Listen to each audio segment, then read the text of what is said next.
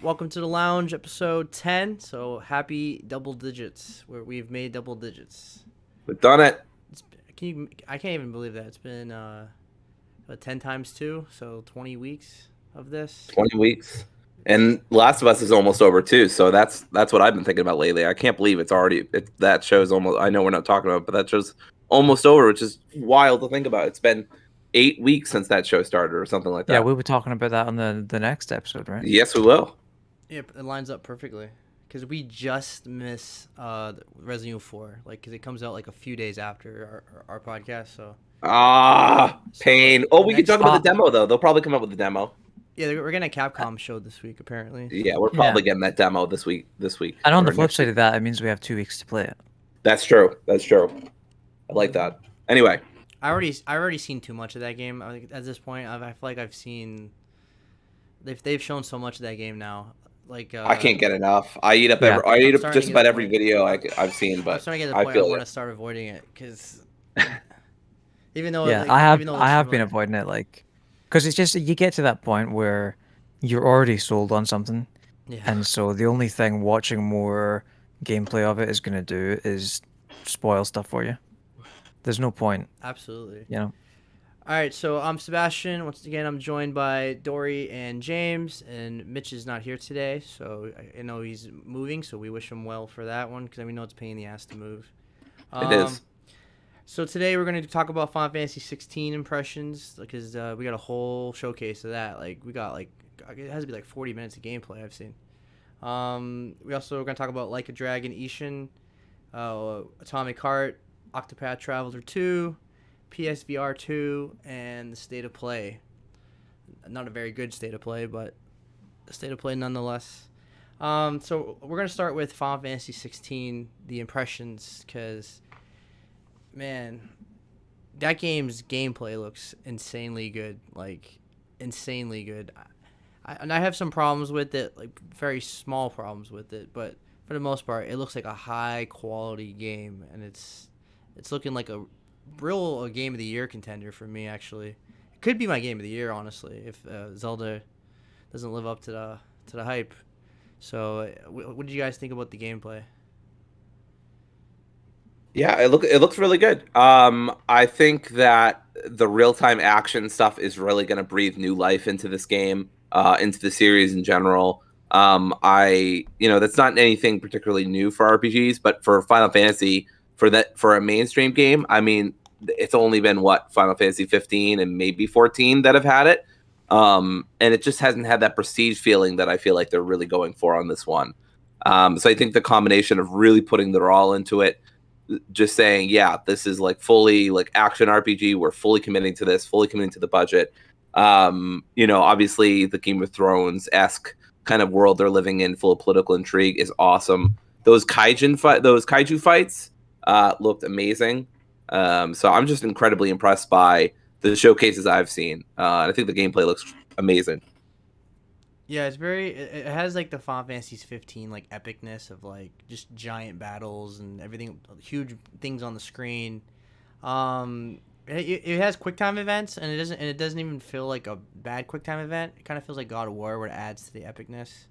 Yes, to it. Exactly. Because they did show a boss battle where you fight this angel lady or something like that, and it was a pretty awesome battle. And not only that, but the dialogue and the voice acting was quite good, honestly, because Japanese games don't always translate well to English, but in this case, it seems like they got a lot of high quality voice acting out of this game. James, did you watch the gameplay at all? I haven't, I'm afraid. So I'll let you guys mostly take this, because it's that thing as well I was saying already, where it's I'm already sold on this. Yeah. I don't need to see anymore. It's quite similar to the Final Fantasy VII Remake's gameplay, so it's not exactly the same, but it definitely they're gonna base their future games on that style of gameplay, because I think that was such a big success. And they're gonna keep. What I've heard is that it leans a little towards kind of stylish action games like Devil May Cry and stuff. Yeah, but it still has that RPG action RPG feel to it. You could still, it still feels like Final Fantasy. Yeah. So it's so I wouldn't compare it to Devil May Cry per se. I mean, it has a lot of action in it, but it reminds me more of like a mix between 15 and 7 remake. But the graphics look visually stunning. Like absolutely, it looks like a high quality game. The particle effects just look incredible. There's just so much going on the screen. My only criticism that I see so far is that like every hit you do puts numbers on the screen, and it kind of like doesn't like look that great with the visuals. Like it kind of like the contrast is just weird. It doesn't. Yeah. The numbers don't really match the fantasy tone of the game. Yep. I mean, it's not a huge deal, but it's like a lot. Yeah. I don't really care for that when they do the numbers and stuff. I mean, I get that it can kind of surface level make you feel like you're accomplishing something, but I could just get the same out of like, we'll talk about it later, but like a Dragon Ishin, you can see a little small health bar above the enemies that you're fighting that is not obtrusive at all. And you have the numbers. So I think you have the numbers anyway. Honestly, I kind of blank out from the numbers because I just focus on the bar.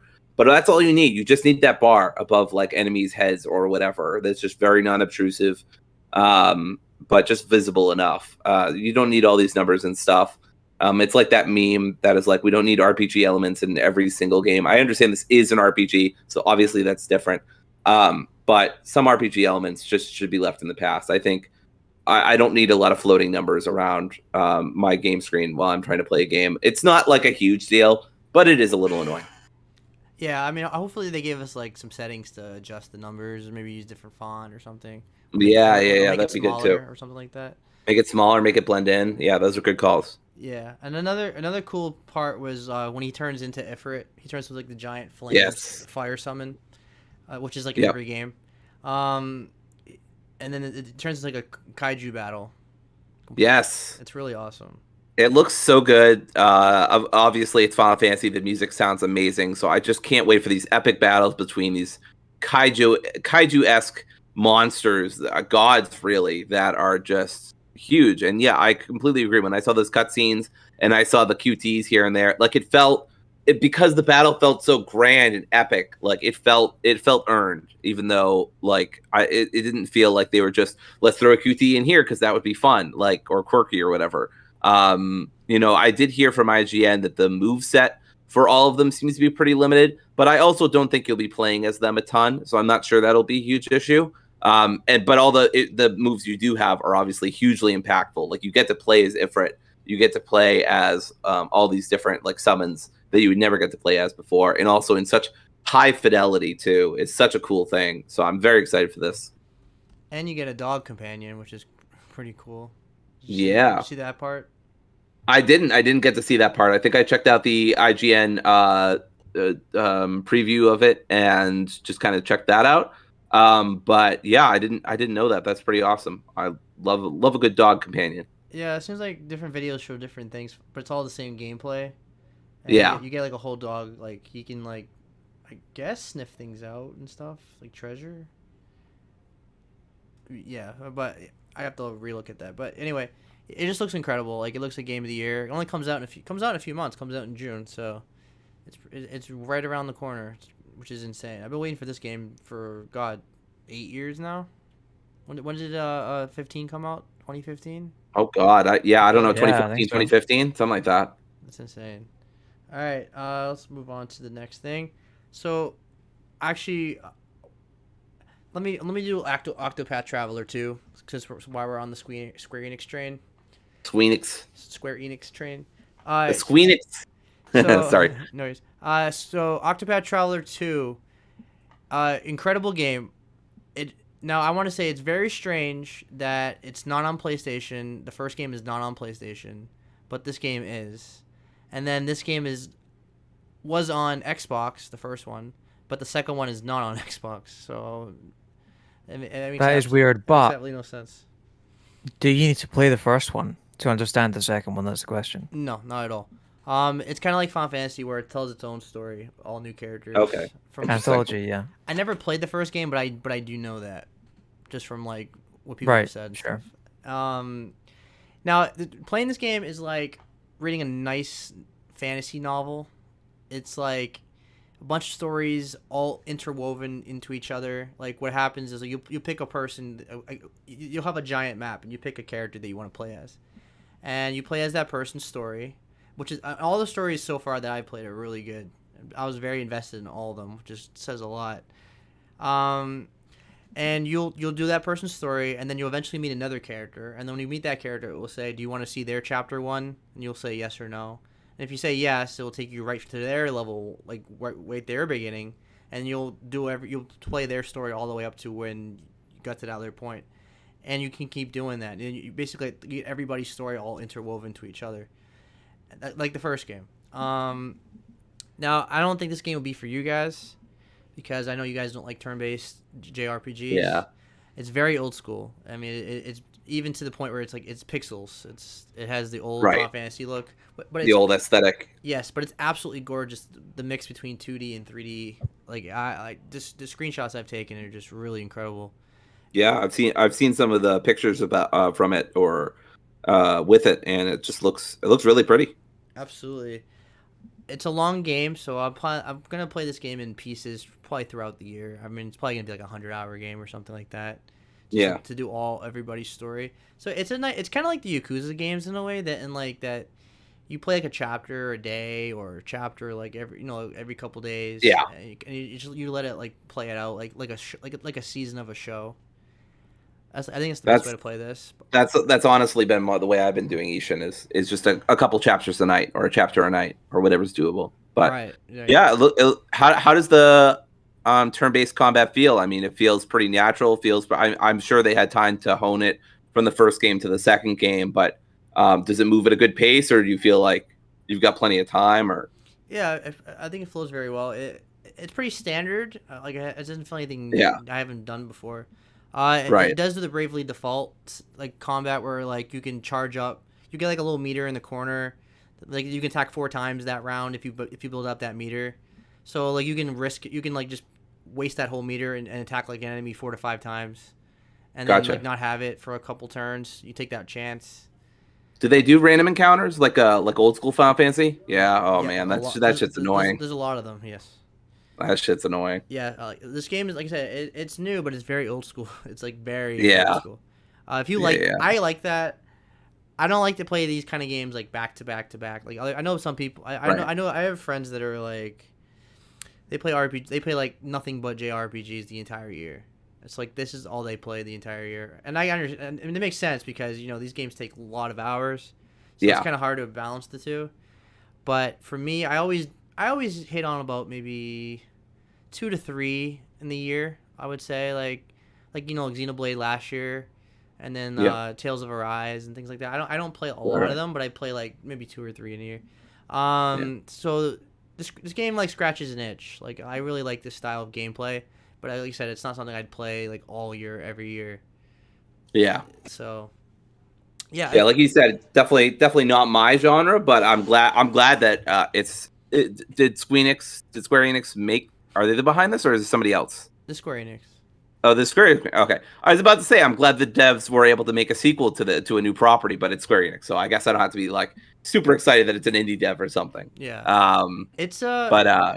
It's fully voiced. Every single dialogue is fully voiced. Oh, nice. Like I said, it's a lot like Pentiment, and like there's a lot of dialogue boxes. Like any big RPG game, like you read a lot of dialogue. That's why I compare it to like a novel. It's not like it's not a novel game, but it just goes at its own pace, and the music is very chill and like calming, and like it fits the tone of every scene. So it feels like a novel that you're listening to with music. You know what I mean? Like an audiobook. That's the best way I can describe it. It's basically an audiobook with visuals and turn-based combat. So, like I said, if you're into that kind of fantasy, like you really like fantasy novels and you like the typical Square Enix Japanese anime style of things, you'll really like this game. I didn't play the first one. Normally, these don't appeal to me, like this style of gameplay. I mean, in terms of the pixel look and everything, it just feels too old for me. I didn't grow up with those. I grew up with the 3D Final Fantasy games, but I was just in the mood to play this, and it's gotten me. It's captured me pretty well. So I really recommend it. I mean, this game is the perfect example of getting your money's worth. I mean, you're getting like hundreds of hours of gameplay and story. So, like I said, play this game at your own pace. Play it all year. Treat it like a novel. Like you want to get like an amazing novel and then read all of the pages in like one day. Like you feel like you're rushing through it. Like it's a game you take your time and just enjoy the music and the characters and the dialogue and all that stuff. So, I really recommend it. That's pretty much all I have to say about that game. Like I said, totally recommend it if you like JRPGs, and if you don't like JRPGs that are turn-based, then you won't like it at all. I'm curious how the saving works. Is it all manual or does it autosave, or like I'm just curious like how thoroughgoing is the old school stuff here? It's both. It has autosave, but it also it's very forgiving checkpoints.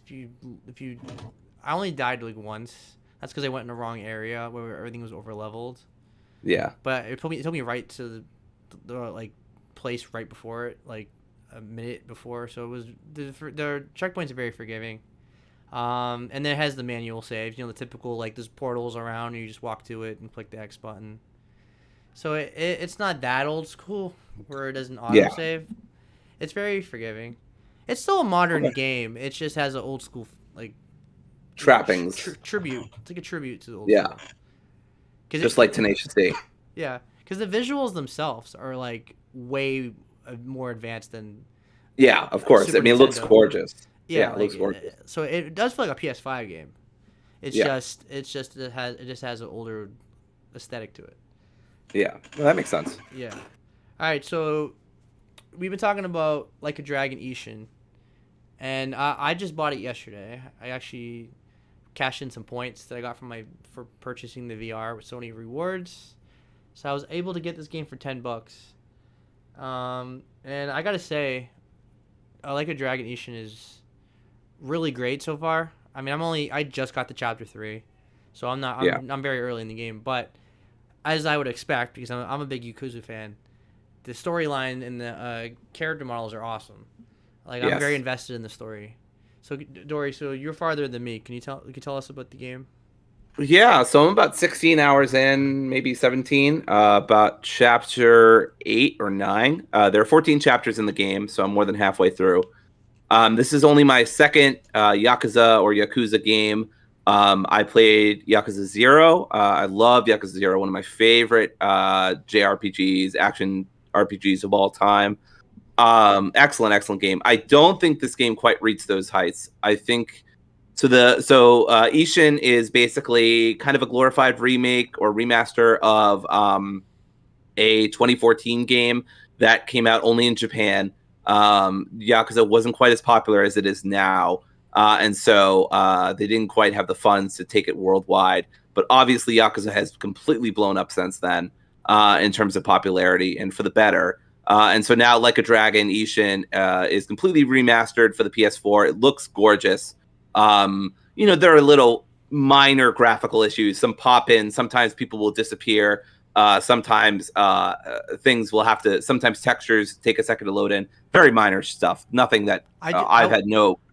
Yeah, I would say that the textures in this game, the environments in this game are stepped down compared to like the mainline series. Like you can. Yes. This game it's not an ugly looking game by any means, but it's definitely not as pretty as like the more recent Yakuza games. Honestly, I would even say some of Yakuza Zero's environments, which is a 2016 game, give this game a run for its money. I think the biggest thing I can say about this game so far, about a little over halfway through, is that its biggest strength is also its biggest weakness. This takes place in about 1900s Japan, when the black ships, aka Western navies, were invading Japan and trying to get them to open their borders, to open for trade. Because obviously that's how you get people to trade with you, is by shoving guns in their faces. Anyway, so that's what was going on politically at the time. And so this is during that point where Japan is wondering, as a nation, do they open up their borders to Western countries or not? And so you're kind of stuck in the past, and that's a good thing and a bad thing. It's a good thing because it's a very unique aesthetic.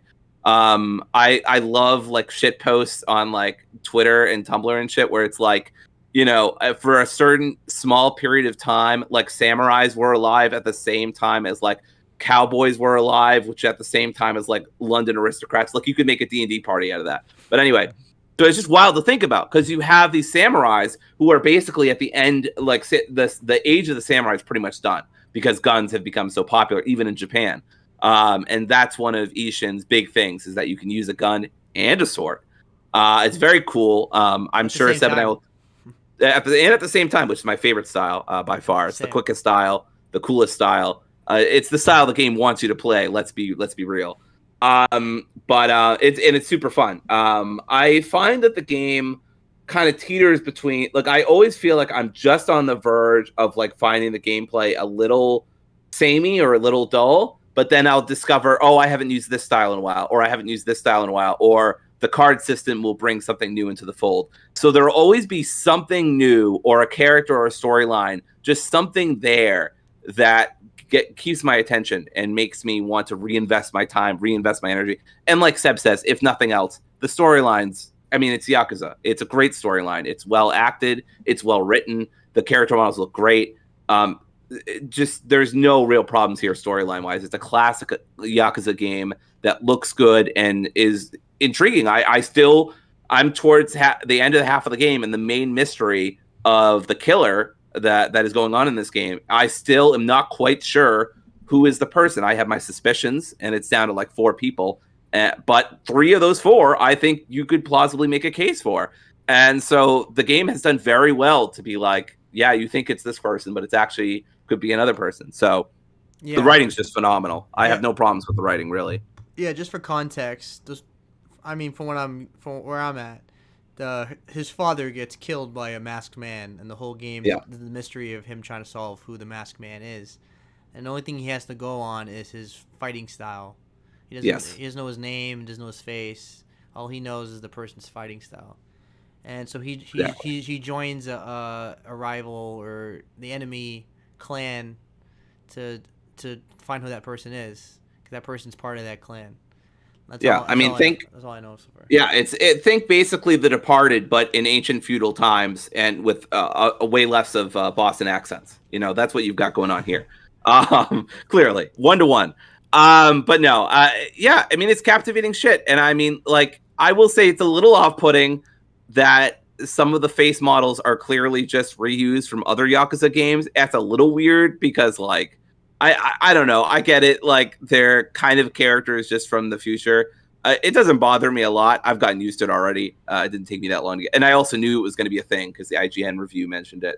But it is a little weird seeing Kiryu back in not ancient Japan, but 1900s Japan, or seeing Majima in ancient Japan. But I mean, I'm not going to complain either. I fucking love Majima. Everybody should. One of the best characters in all video games, in my humble opinion.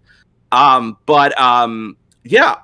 would say, like I was saying before, my biggest complaint is my biggest praise. The game is really limited by its setting, which is a good thing and a bad thing. It's a good thing because the setting's very unique. It's very interesting. It's interesting political times. It makes for good story. It makes for good sub stories. I've loved a lot of the sub stories. But it also limits a lot of the mini games you can do. It also limits a lot because you can't go kart racing, you can't go to the arcades, you can't stuff that Yakuza. You can't. There is karaoke, but it's very low key. And I've only gone once. It was surprisingly tough. But you just don't have the range of activities, wild activities that Yakuza is known for. The IGN review noted this too, and I would echo this sentiment that. And I've only played Yakuza 0, so I'm not going to claim to be some expert on Yakuza minigames. But from what I played in Yakuza 0 alone, I mean, I would say the sub-stories there were better than here in general. There are still good ones.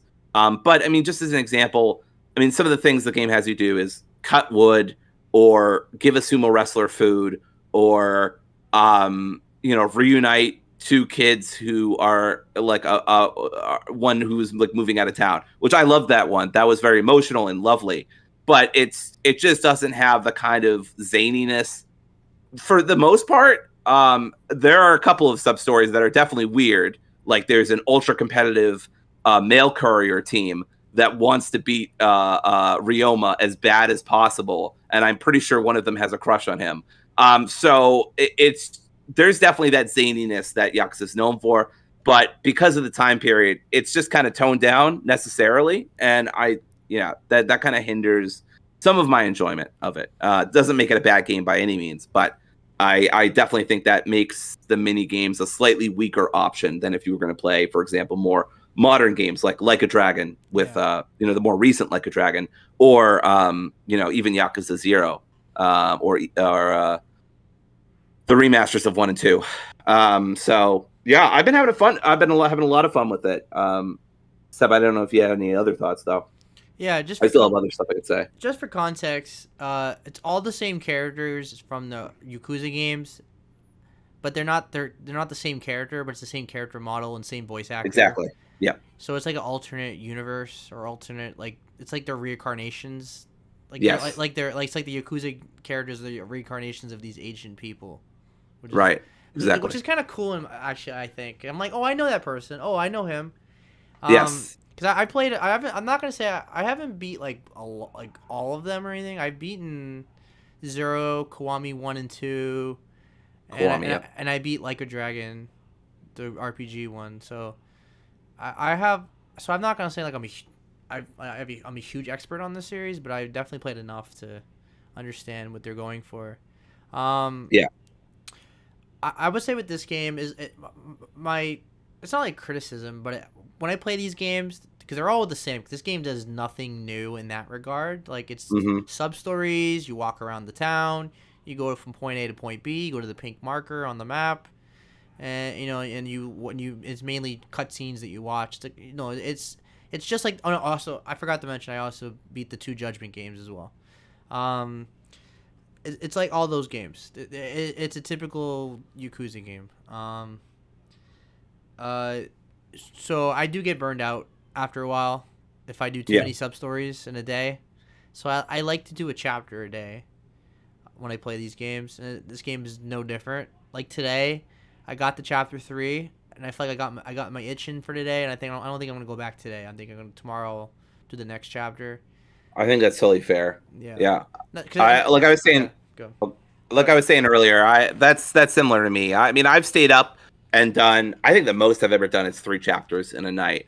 But usually it's 1 to 2, and averaging around 2. I think the game is really well paced, but I will say it does get a little frustrating because the area is not super big. You constantly get interrupted while you're on one mission and get interrupted by sub-stories.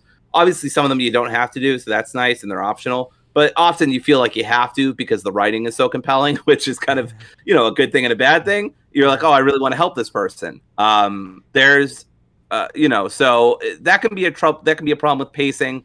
I will say some of the side missions have been excellent, especially late game. Like I said, that really hard-nosed courier team that's trying to put everybody else out of business is hilarious and very funny, and a nice change of pace because you're trying to deliver mail to a bunch of recipients before the other guy competing with you can. Oh, I should mention too, this is one of the big things that Like a Dragon Ishin has. It's not for me, probably not going to be for Seb, I don't know.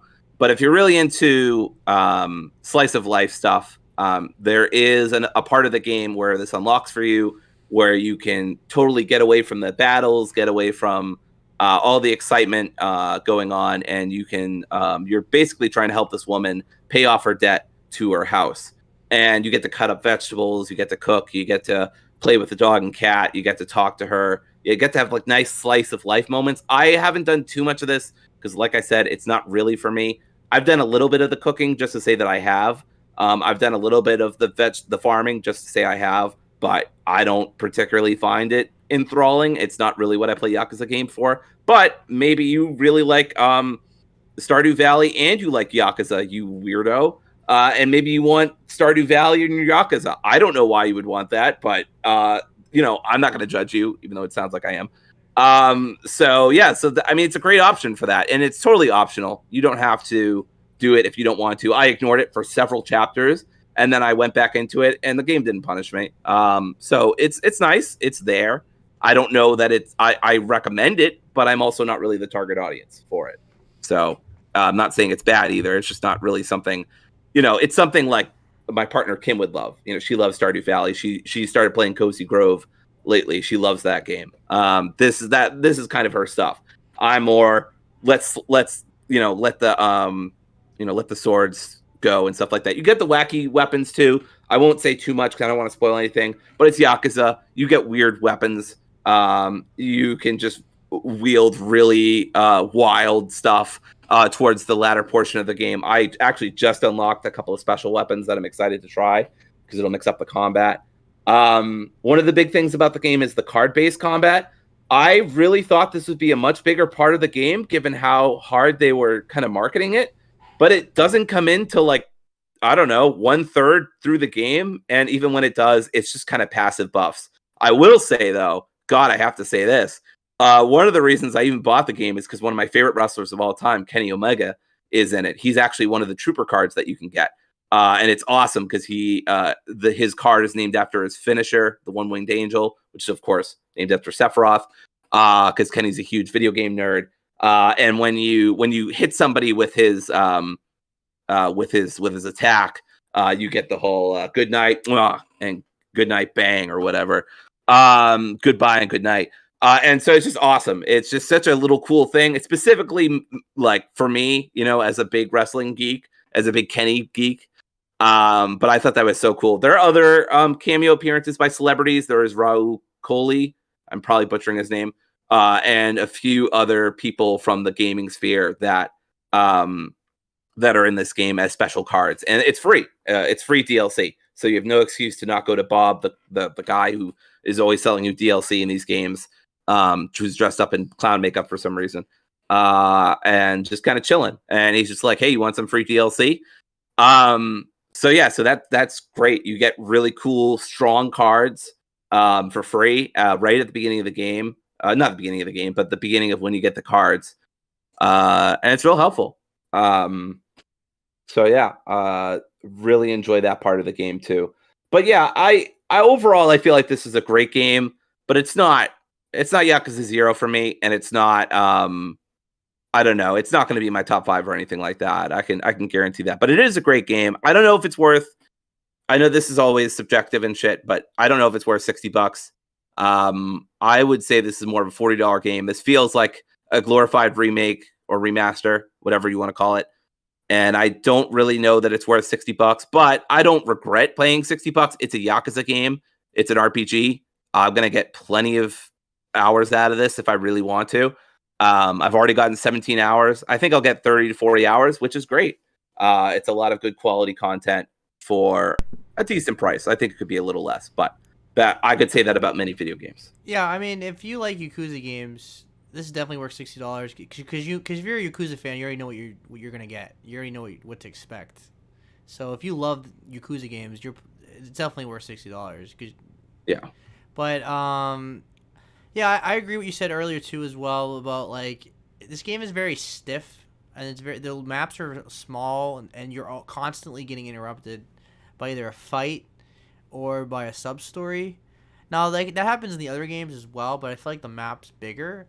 I could be wrong, but yes. I feel like the map is no, you're right. It's bigger in Yakuza 0, so yeah. So, but in this game, because the map's smaller, I feel like I'm getting interrupted every like 10 seconds. Like what is some sub story? Some of them I don't care about. I'm spamming the X button, and the other ones are better, and other ones are more interesting. So it's 50-50 for me. Yeah. And then you constantly get in a fight. Now, you constantly get assailed by ruffians or by wandering Ronin or whatever, and it outlaws. It gets a little annoying, but they're not. It also takes like under a minute to kill them, so it's not terrible, but it's annoying. Yeah, I mean, it's like Octopath when you get constantly getting attacked. Random battles, but they don't take like 5 minutes. And they take like 30 seconds. Yeah, and you can outrun them too. I have outrun them. I've already. Oh, one thing I want to talk about too is the virtue system. I don't think Seb's quite gotten here, but it's not really a spoiler. It's just a mechanical thing. But by doing good deeds, the Ishin rewards you by giving you virtue. This is related to like Buddhist ideology and stuff like that. But basically, you. You do have it. Okay, great. I wasn't sure. But yeah, you trade it in at shrines. and you can do things like this is where like you can do the slice of life stuff, and you can increase your vegetable garden and farm and all that stuff, and get a dog house and cat house and stuff. But you can also do things that I think are way better than that, and trade it into function stuff. So you can get more inventory space. You can run faster for longer. You can make it that you get more virtue more easily by doing sub stories or by helping people, or even by buying stuff. Just by buying stuff, you get a little bit of virtue. There's this prize ticket system that also rewards you, because sometimes you'll buy stuff, you'll get a prize ticket, and then you'll get, which is free to enter. So yeah, it's a good system. It's a really good system. It's not anything amazing or innovative, but it's good. It's solid, and it does what it's supposed to do. I'm about halfway through the game, and I feel like I've gotten almost all the upgrades I want to get, which I feel like is decently paced. And if I want to do anything more, I'll do more by upgrading the slice of life stuff, or by increasing my reputation. You can increase your reputation in certain districts to get lower prices and make negotiating with people easier. Classic RPG stuff. So it's all there. I think it all works well. I don't think for me this will be even my top 5, but I'd be very surprised if it wasn't my top 10. It's a great game, and it's certainly worth playing for any Yakuza fan. But it also does feel like a spin-off side game. So yeah, I mean that's basically what it is. It is, yeah, but it really feels it at times, I think. But again, I would not argue with someone who thinks, like, for example, although I think it's a great game, for me it's kind of like weakly a great game. Like out of 5, I'd give this a pretty soft 4. It's like an 8. Like it's like an 8. Yeah, and that's exactly like what IGN did as well. I don't mean to keep referencing IGN. It's just that's the review I watched. Mm-hmm. But it is a solid game, but it's not really doing anything you haven't seen from other Yakuza games. It's just in a new environment. You get to fight a bear at one point. That's pretty cool. There's still wacky Yakuza stuff. It's a great game so far. I don't see that changing. Yeah, so it's par for the course. If you like these kind of games, you're gonna love this game most likely. And if you don't, I would pass on this game. It's typical Yakuza game. James, do you have any interest in this game at all? I did. I have a little bit, but then I played the combat demo, and that kind of turned me off because, I don't know. It feels a little like the same. Well, it's the same criticism that I had of Judgment, which is a game that I loved, right? Mm-hmm. But the combat was probably the weakest part of that game for me because it just feels so stiff, like. Yeah, this game is still pretty stiff, honestly.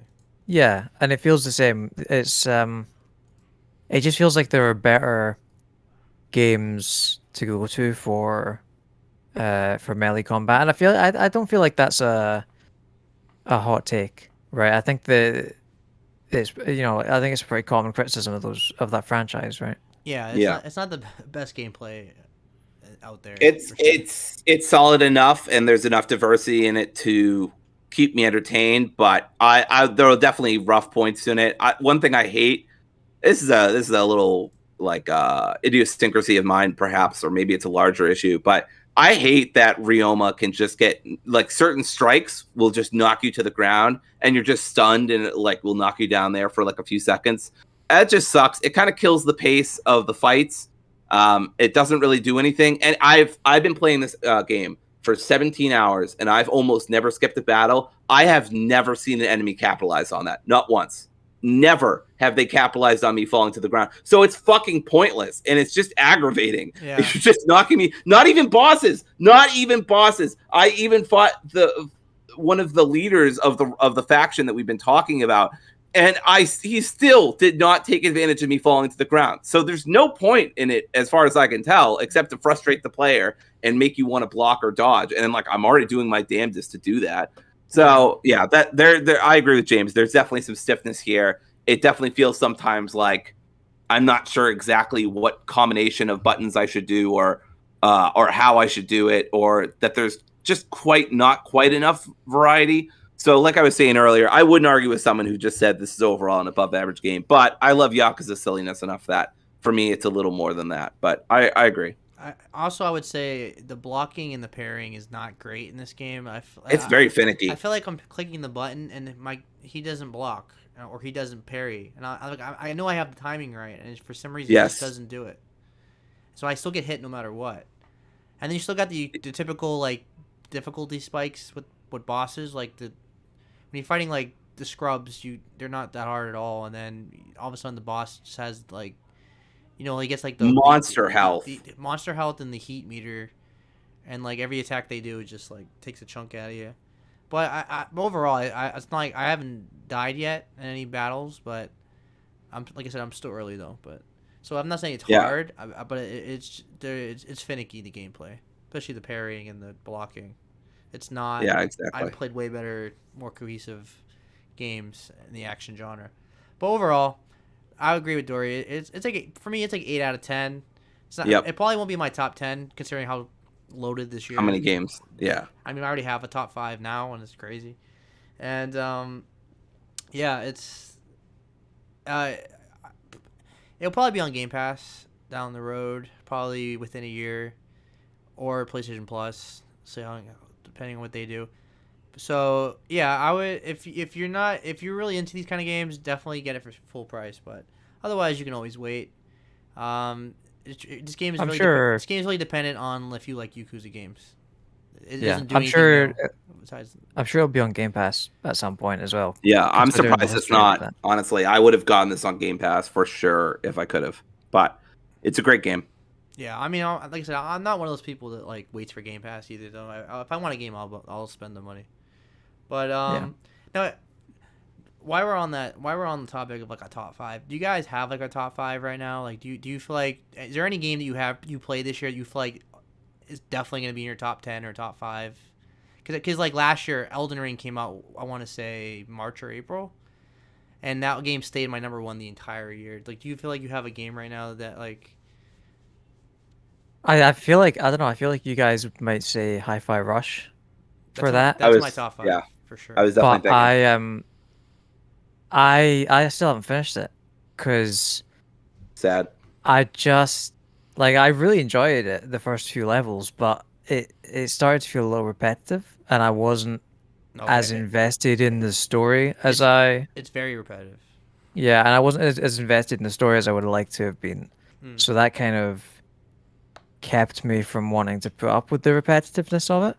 Yeah. I kind of feel like I'd gotten everything out of it. So I don't know if that's probably the closest out of the games I've played so far, because I haven't played Dead Space yet, or Wild Hearts. But once I play those might be. Yeah, I mean, a lock on that. It's never too early to say, because like Resident Evil 2 Remake came out in January in 2019, and that was my number 1 at the end of the year, and that came out like what, the first couple weeks of the year. So I don't know. I'm pretty confident that Metroid's gonna stay in my top 10 the entire year.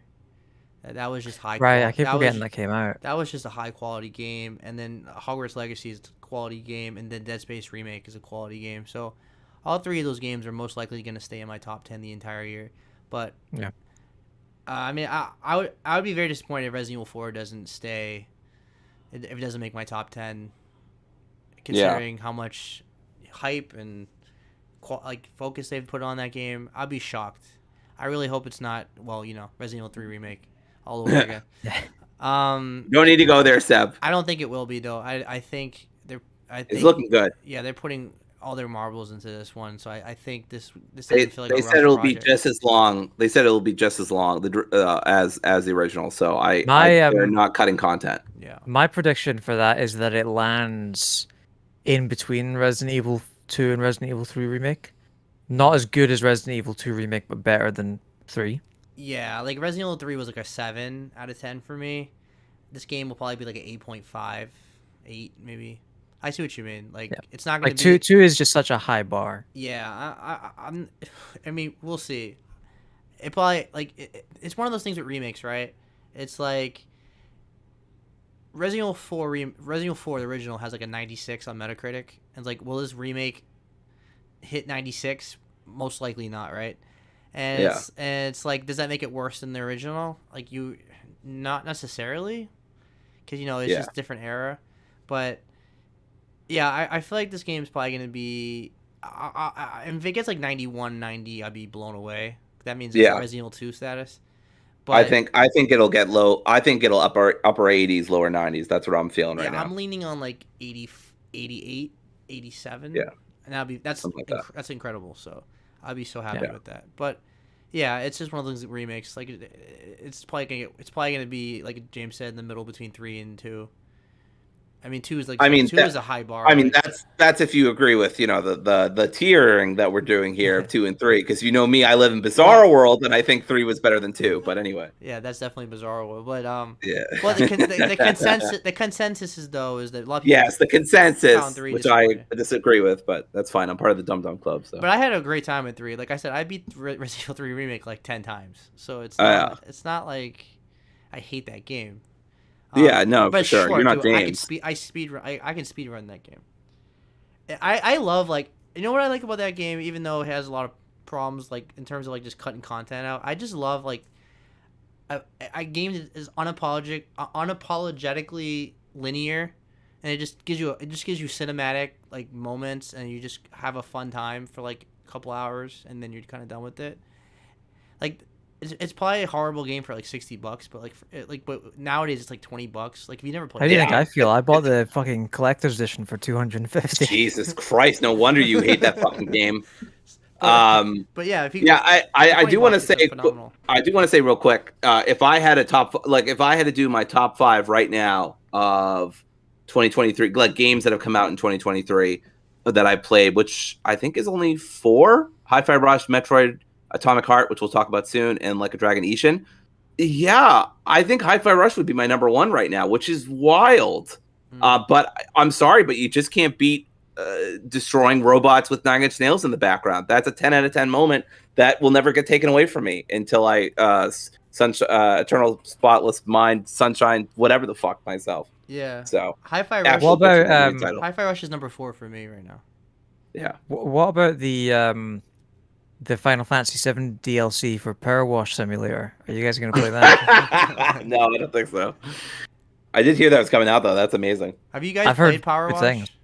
No. I've seen some clips, though. It's a lot of fun. It's good. No, it's a perfect. So I think I'm going to check out that DLC, I think, because apparently it has apparently it fits into the Final Fantasy VII lore. What? Yeah. Fucking Nomura, my god. But yeah, like Hogwarts Legacy is my number 1 right now, and Dead Space and Metroid are like right there, and those are probably gonna change because as Zelda's coming out, and Diablo, and Final Fantasy, and Baldur's Gate 3. So yeah, my top 5 is probably gonna be I don't know. Unless those games are disappointments. I'm not going to make an official top 10 until June. So that's when I start actually making top 10s. When we're halfway through the year, I'll start making lists. But I wait till halfway through the year. Yeah, like I said, this year's just been off to an amazing start. I mean, like the 3 games I mentioned are 9.5s to me, and Hi-Fi Rush is like a 9, and then I Season was like I don't know if you guys have played Seasons yet or have any interest. No, I didn't get around to it. It's like a 8 out of 10. It's a chill indie game, but it's nothing like memorable. I mean, if it was on Game Pass, I would have checked it out. I feel like I'm gonna be saying this a lot this year, but if that was on Game Pass, I would have checked it out. Well, hopefully PS Plus. That they point like Tachia on there this month, day 1. Yeah, did you check out Jet yet on PS Plus? I haven't downloaded. The only reason I haven't played it yet is just because I've been playing Like a Dragon and all that. But it's definitely on my list. That should be playing. I really want to jump back into that because they released a DLC quite recently, I think. That's kind of really interesting. It was a part of the game that they wanted to have in it at launch. That adds that kind of completes the game, but they cut it because time and budget. You said it was DLC? Yeah, it's like how much is it? I actually don't know if it's like paid DLC or if it's just a free update. I need to check, but I think it's a free update. What's the name? Was it Jet the Far Shore? Yeah, that's right. But yeah, apparently it's there's a great no clip podcast about it with the creators of the game, and yeah, it's basically I think this kind of it addresses a lot of the criticisms that people had of the game when it came out. That it was like too dialogue heavy and stuff. So yeah, I think that's definitely worth checking out. It's free. Right. Excellent. Yeah. No, like I said, Jet is part of PlayStation Extra and Premium, so if you have that, you can play that for free. I want to say though, PS Plus has been very impressive. I mean, it's still not Game Pass level because you're not getting brand new games day one, but they got quite a catalog on there. If you miss a lot of PS4 games, and indie games and Ubisoft games especially, because they have like every Ubisoft game ever made on there now at this point. I mean, literally every Assassin's Creed's on there. I feel like at this point. Yeah, don't they have Every Far Cry. Ubisoft Plus on there Yeah, Ubisoft in the Classic, same way that Game Pass has EA Play, right? Yeah, it has literally every Ubisoft, like every Far Cry I've seen, mostly every Far Cry game, and then I've seen all the Assassin's Creeds, the South Park games, Steep, all and so on and so forth. So, I've been really impressed with the games they putting on there. So, my biggest criticism again, still with PlayStation Plus, is the lack of classic games. Like, I'm super happy that they gave us Legends of Dragoon, which is a classic RPG, and it has trophies, and I love that Sony is patching in trophies on these older games. So they'll put the PS1 game on the service, and then like maybe a month later, put the trophies on there. So it's really cool. I would die if they put all the Resident Evil games, like the PS1 games, on the service and then give us trophies. That would be insanely awesome. So that's what I was hoping for when they did that. I did pull the trigger on renewing my premium because it was on sale for like $90. So I was like, you know what? I've been using premium. I use the trials. I use the streaming, and I use the PS1 games. I don't want to settle for extra, even though that's the best deal for most people, I would say, because I'm a hardcore PlayStation guy. So at the end of the day, I was like, you know what? I'll pay the $90 and just have it for another year. Because I always forget that March is my renewal year, where I have to pay for my Nintendo Online as well, and my PlayStation Plus. So I always have to plan like, oh yeah, I have to spend like $100 and something renewing these subs. Because I love the Nintendo one too, just because I love making my own avatars now, and I love getting on the Mario Kart DLC for free, and I love using the Game Boy Advance, the Game Boy Advance and the Nintendo 64 and all that stuff. So it's worth the money for me personally, but it's hard to recommend that. It's so subjective overall. That's the thing for me with the PlayStation Plus one as well, is like the reason I'd want that subscription service is mostly to play old PS3 games, but that's only with premium. So if I was to upgrade from the essential one, I would go with premium mostly for that. But they really do need to add more PS3 games because it is quite. And it's streaming, which sucks. Yeah, exactly. But if you can put up with the streaming, even then, like it still feels lacking. Yeah. Because there's so many great games on PS3 that just aren't available unless you have a PS3. I totally agree. Yeah. And I do hate that like they took games off. There was more games on PS Now, and then they're not on Plus, and then they add them on to Plus, making it's a new game coming to the service when it was already there a year ago. Oh, it's like Sly Cooper games are coming to PS Plus, even though they were on there for like years. I mean, they make it like it's bizarre as well because like a lot of the games that just aren't there are Sony published games made by Sony owned studios. So there's no reason for them not to be on there. Like the first two Resistance games are not on there. The third one is. Yeah. But the first two aren't. It just doesn't make any sense. Yeah, exactly. And like God of War, for example, they don't have any of the God of War games except like the third one. Right, yeah. And like I can never say this word. Ancession. That one as well. Like they don't have like, why don't they have like Ghost of Sparta and Chains of Olympus and 1 and 2, like the PS3 collection? Like why is that not on there? And like I think Ratchet and Clank, I love that they put all the Ratchet and Clank games on there. Like if you want to catch up on like Ratchet and Clank, like they have literally every game, but I don't think they have the first two, the collection. I could be wrong, but I don't think they have the first two. No, I think you might be right. Yeah. But if they do, they will add them recently. Yeah, but and I love that you can play it on PC. Like you can stream the PS3 games on your PC. I played Infamous 2 that way, and I was having a good time with it. Do you need a controller for those? Yeah, I was using my Xbox controller actually. It was very strange streaming a PS3 game on my PC with an Xbox controller with PS3 prompts. Yeah, God, that is weird. I don't know if I could get used to that. I mean, at the end of the day, the Xbox controller and the PS controllers are the same. Like they're different like letters, but they're still the same layout. So it's yeah. Where Nintendo's is very different. But anyway, yeah. So there's nothing else we want to mention about like a Dragon, right? No. All right. So speaking of streaming services, we've gotten Atomic Heart on Game Pass. It's also on PS5, but it is $70, and that's very pricey for a game. This is like their first game that they ever made. Yeah, should not be 70. Yeah, I was planning on buying it day one. No. But $70 is too much for me. And I did play it on Game Pass, and I had problems with the game. I think Dory's going to be a lot more positive on it because she beat the game and everything. But I'm not like super negative, but I do have problems with it. So Dory, let's start with the positives, Dory. So tell us about Atomic. All right. So everybody look at this hat. This says Dumb Dumb Club. I'm here to defend dumb games. Dumb gaming everywhere. Everywhere. No, this game's dumb. This game's dumb as fuck. This game thinks it's so smart. It thinks it's writing an A+ paper on poli-sci. This game's going to be lucky to write a fucking D+ poli-sci paper. This game is stupid. I love it. I'm going to probably defend this game a lot more than it deserves. I know there's some controversies with it. We're not really going to touch those. But I think just from a straight up gameplay perspective, this game rules. I had a lot of fun with this game.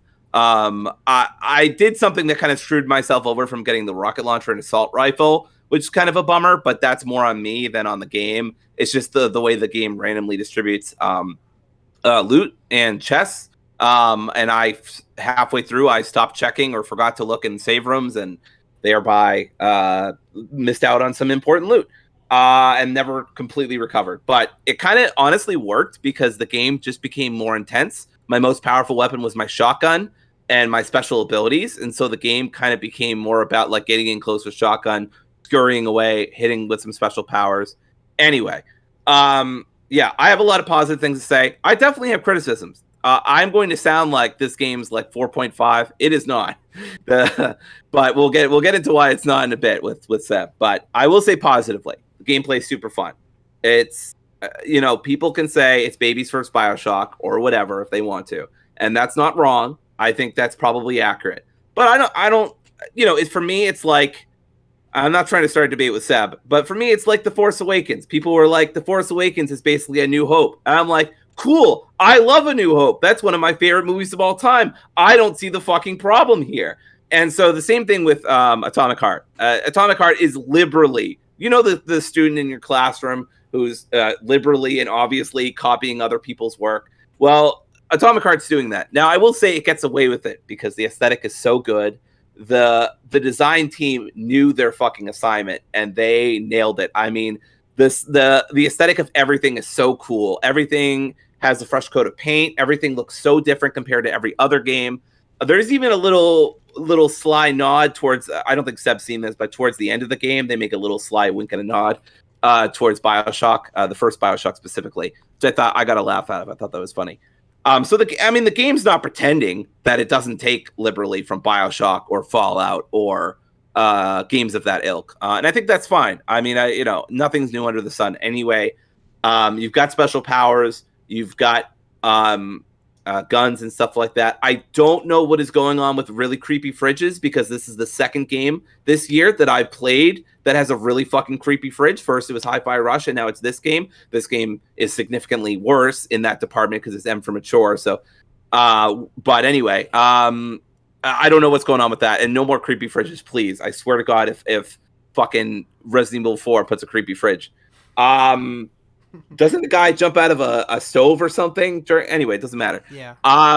So The game's fun. He jumps out of a fridge. It is out of a fridge, isn't it? And he's on fire? Yeah, he jumps out of a fridge. God damn it. Anyway, 2023 is the year of creepy fridges. It's official. But the game's super fun, is what I'm trying to say. I had so much fun with it.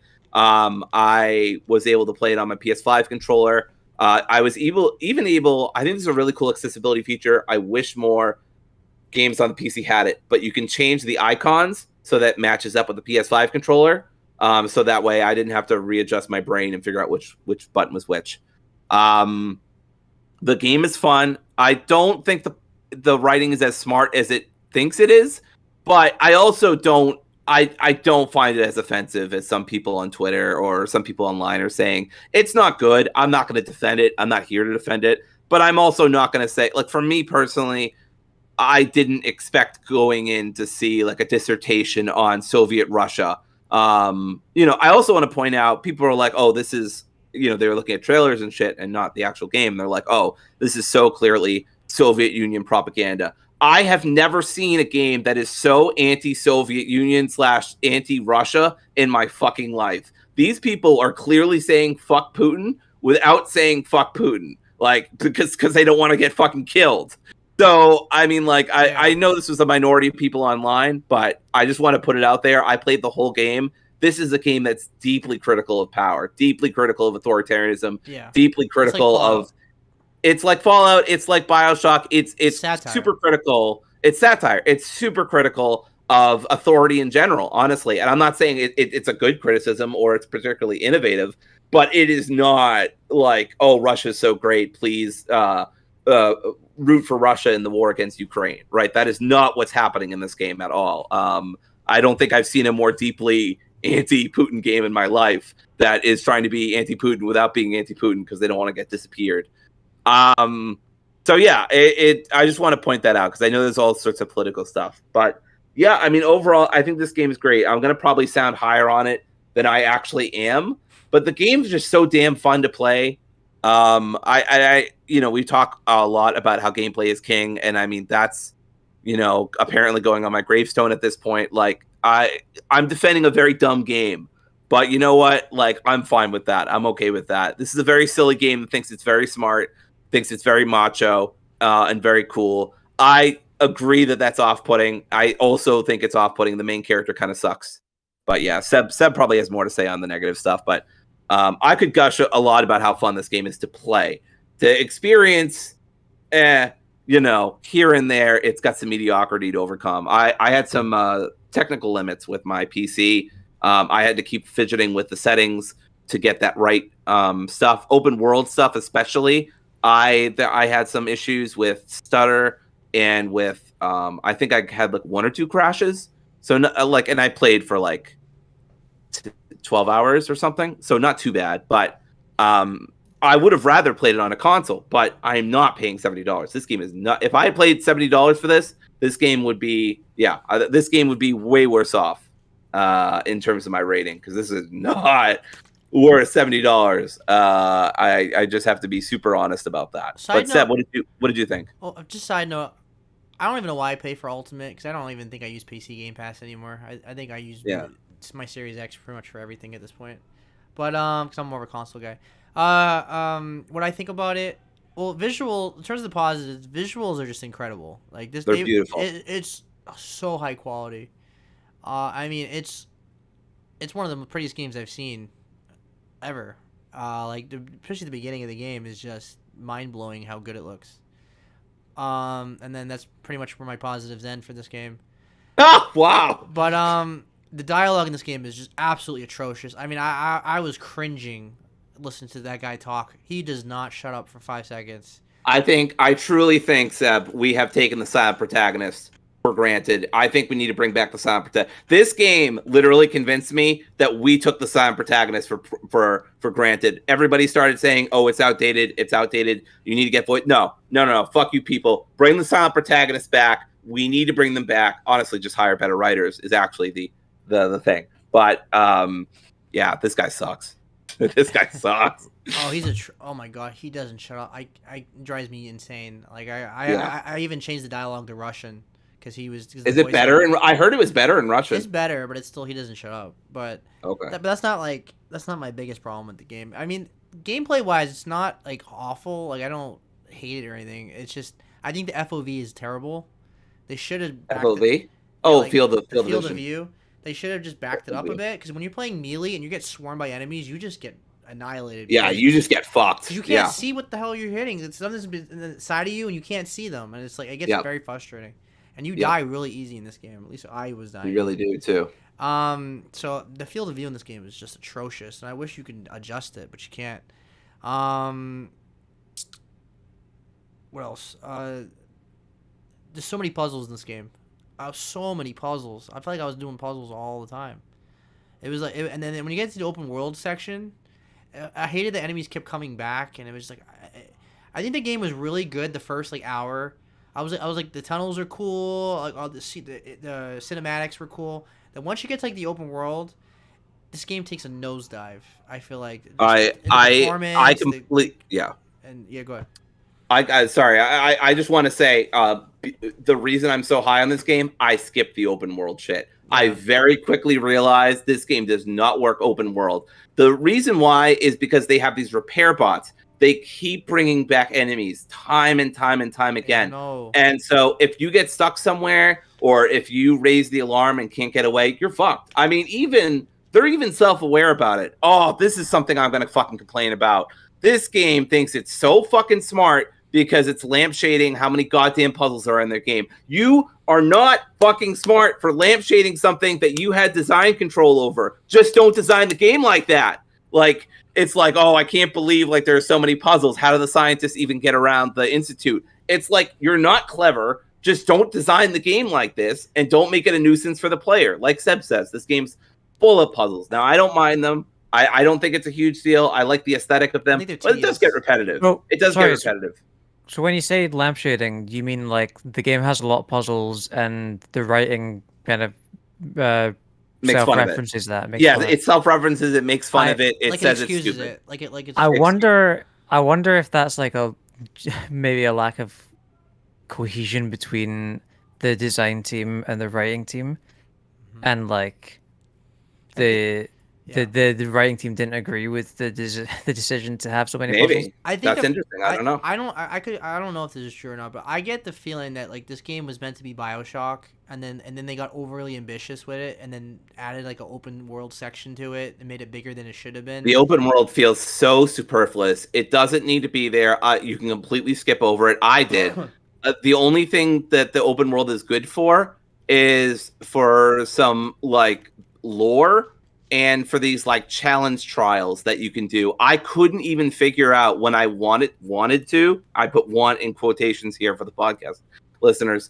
Wanted to do them, I still couldn't fucking figure out how to do them. I think you're supposed to unlock them with the security cameras and then go in from there. But then I couldn't figure out where to go because you can't really put any kind of markers on the map. So it's just a waste of time. Just my advice, if you want to enjoy this game and you don't, I was so frustrated by the open world stuff. Once I figured out, you're not supposed to fight, you're just supposed to run away. My time with this game got a lot better. My advice, just ignore it. Treat this game like it is BioShock, because I agree with Seb. I think that was the original plan. And then like a lot of studios that are just beginning with their filmography, I don't know what you call it, gameography, they just got over ambitious. They decided, let's put in an open world. It doesn't need to be there. It's not good. And honestly, it tanks performance. My PC couldn't really keep up with it. It was enough for me to get from place to place, but I almost always try to avoid combat. Not just because I get fucking killed, but because the game just starts tanking. At least for me, for my PC. But even on low, even on medium, it tanked my performance. And I'm like, this is not like, come on, guys, this is your first game. You don't need to it's not fucking Crisis with a Y. You don't need to fucking make it for elite PC owners only. So, or console havers, I should say. So, I completely agree with Seb here is what I'm trying to say. There is definitely some frustrating parts of this game. Like, I don't mind the puzzles, but they are kind of like tricky. So there's basically three main puzzles. The one I like the most is the rhythm one, where you snap and you have to snap in time. That took me a little bit to figure out, but once I did, it felt cool and rewarding, and I always look forward to it. It's just a very cool like aesthetic. I liked it. But the other puzzle is one where you have to like rotate these little colored orbs and you have to match them into these slots on the outside.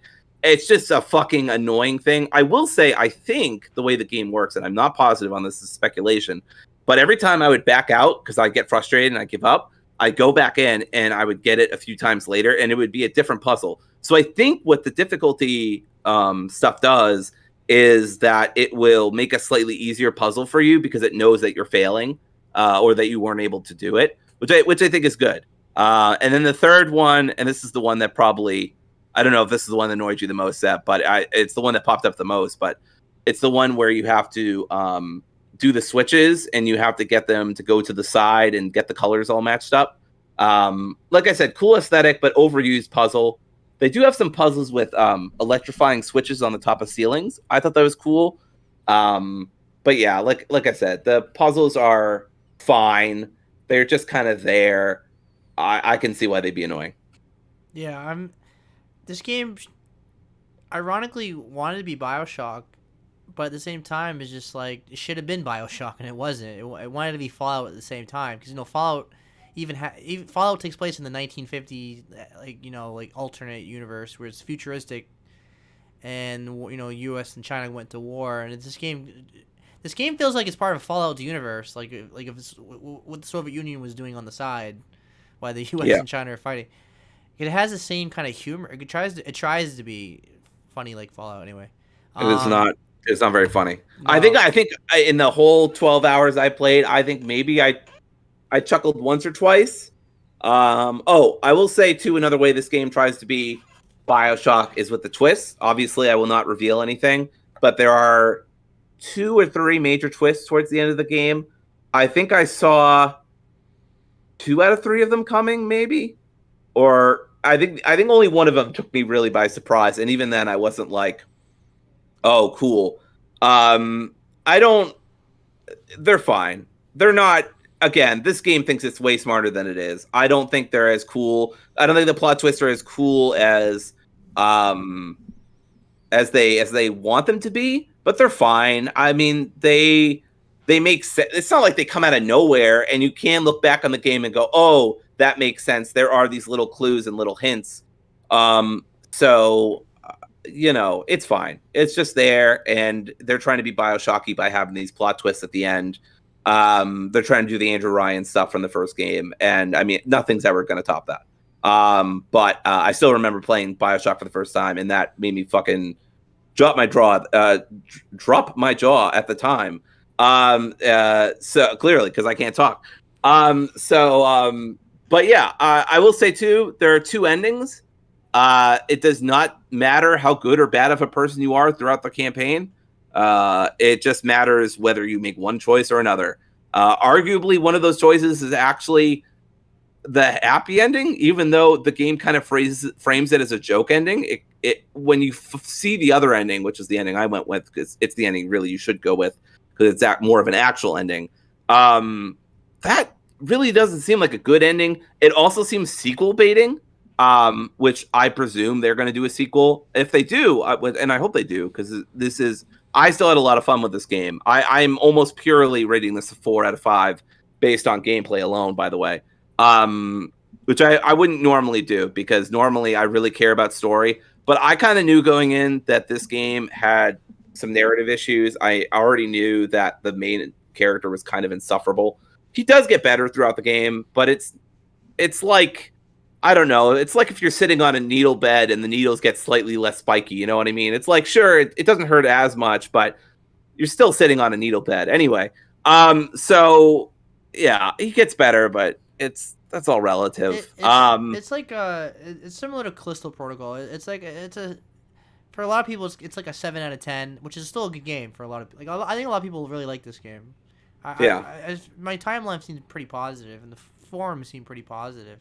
And no one's just blown away by it, and right, and that's okay. I mean, every game. I think the only thing to be blown away by in this game is the visuals, and that's it. There is nothing else in this game, I think, that blew me away. I remember when I first started the game on my PC, and I was like, holy shit, like, this is a pretty game.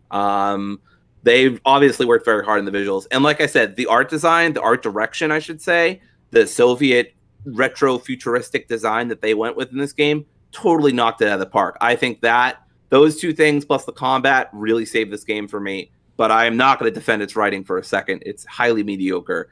I don't think it's terrible, but it's highly mediocre. And, I don't know, maybe try the Russian sub if you want slightly better. I've heard the Russian sub is a little better. But he's still going to talk all the fucking time. It's a good game. I think it's even a great game, but it's not for everybody.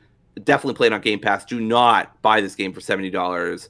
I know it has performance issues, so that might be a bit of a thing for some people. But I mean, if you have a Series X or S or whatever, and you have Game Pass Ultimate like Seb does, give it a whirl, see if you enjoy it. I think the game's gorgeous and it's very fun to play, but just don't be looking for good political commentary because this game doesn't have it like it thinks it does. I don't think it's saying anything offensive, by the way. I don't think it's saying anything wrong. I just think it's so clunky that it's not very well done.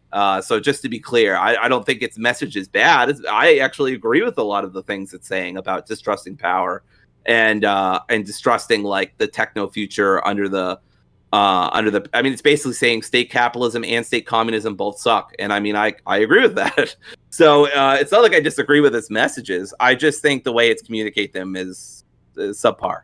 So I don't think it's fair to judge the developers because they're Russian, as if like Putin was involved in this game or anything like that. Right? No, I completely agree with that. In Russia, they're just people, and there's no we've talked about this before, but there's no reason to I didn't bomb Iraq when I was in middle school. I was just in middle school living my life, and George Bush decided to bomb Iraq or Baghdad or whatever in 2004. So you can't I don't think it's fair to do that. Like these are just people living. They're trying to make a video game. You can have your own opinion on it, but I think it's so clear that this game is not very pro-Putin, and I sincerely doubt anybody on the team likes him very much. But you can't go around saying that in Russia or you get disappeared. That's not good, obviously. But yeah, it's a great game, and I do recommend it on Game Pass. I wouldn't recommend it anywhere else. If you want to wait for it to go on sale on consoles, I think that's a great idea. I think this is a very good, I don't know, $20, $30 game. It's a really good effort from a new publisher, and I am really excited for them to do a sequel because I think they could do really great stuff. So I hope they get that funding. I think they will. I think they will get that funding and they will get that time. So, and just make the open world better, or just get rid of the open world. I mean, you can pull a Kingdom Hearts where you can just get rid of the platforming in the second game and it's just a better game. Just get rid of the open world and it's fine. Like, I agree with Seb from what he said earlier. Unapologetically, single linear games are not necessarily bad. Hi-Fi Rush is my number one game of the year, and that game could have been made in the era of PS2. Like, you could have had that as a PS2 game, and I would have believed it was a remaster. So, yeah. Anyway, that's all I really have to say about Atomic Heart. Yeah, I mean, I always felt that game was too good to be true. Just there's something about that game. Just everything that we were showing you just looked too good, and just I always felt like it's very polished. Yeah, I always felt like it was probably gonna not live up to the hype because people were like saying this is the next BioShock, and I was like, I gave it a fair shot, but it just didn't click with me. So I'm not saying it's terrible. I'm just saying it didn't click with me. But yeah. All right, so the next two things we're going to talk about, the next two topics are going to be all about PlayStation. Because first I'm going to talk about the PlayStation VR2, which just came out a couple weeks ago, a couple weeks ago. And then we're going to talk about the state of play, which was not very good, but there's still plenty to say. Because there's a couple games that I can have whole conversation about. They've had worse. It's okay. There are three games I could talk about. Everything else, whatever. Yeah, I mean, the reaction to the state of play was absolutely atrocious. People were like giving it a 2 out of 10. Like, people were pissed. Yeah, this seems like a 5 out of 10 to me, not a 2 Yeah, it out was of 10. very mid. I think the biggest problem is the fact that PlayStation hasn't had a showcase in a year and a half, and people are just dying to know what's coming up next because we have absolutely no idea what's coming, besides like Spider-Man this year. So, but again, I'm not in the same camp as those people because I'm happy with what I have right now. Like I said, I have so many games to play right now, and there's always third party games I'm playing. I don't need to have games. Oh, Fight coming out. That's coming out 3 years from now. I don't need to know. I just give it to me whenever you're ready. I'm not most people that has to have a showcase every month and gets pissed if I don't. So I know I sound like a Sony stan, but I just don't get worked up over these showcases. My expectations for these things are never that high anyway. I think, And they shouldn't. It's ridiculous that people had high expectations. Sony literally said this showcase is focused on VR and third-party games. They literally said nothing about first-person games. I mean, I don't know. To be fair in that regard, Sony shot themselves in the foot with that because even though they said that, they have done state of plays in the past where they have said the same thing and also gone on to have like a trailer for God of War or something in there. Really? So they've I didn't know that. yeah, they did that like 1 or 2 state of plays ago. So I think in that sense they've kind of proven that to people that that you don't necessarily they're not necessarily going to be 100% truthful about that. I don't think So That they've kind of blows my set that mind. precedent. it Blows didn't my mind too. it didn't help that Nintendo had a direct and Shadow dropped Metroid, which ended up being pretty much a masterpiece. And then Xbox had their showcase and they showed Redfall, and then they shadow dropped Hi-Fi Rush, which a lot of people love and saying it's one of the best Xbox game they've in years. So it wasn't I guess it just wasn't a good look for Sony to have like a pretty mid PlayStation event. But again, even when I think a showcase is mid, there's plenty of games I'm going to buy and was excited about. So it's like one of those things where I think the showcase itself wasn't that great, but at the same time, I'm sold on a couple games. So they did their job. So I don't get too worked up over these things. You know, E3 I think is very mid every year, and I usually actually not mid. They suck, but I still get excited. But I still get excited for them every year. So it's just one of those things. Keep your expectations in set.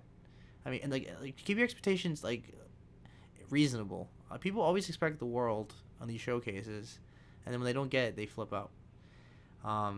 No, don't get me wrong. I'm still saying this state of play was mid, so people don't get on me saying like, "Oh, I'm defending Sony." I'm just saying, don't stop expecting the new God of War and Spider-Man and Metal Gear Solid and Silent Hill all in the same state of play, because people do that all the time. Anyway, PlayStation VR2. Absolutely awesome. It is a high quality headset. The improvement from the first one to the second one is like night and day. It's no longer half-assed like the first one was. First one, you needed a PhD to hook it up. There was so many wires. There was you had to use PS3 Move controllers. You had to use a PS3 camera. And you when you were playing it had like a power source you had to plug into, and it was a pain in the ass. It was blurry.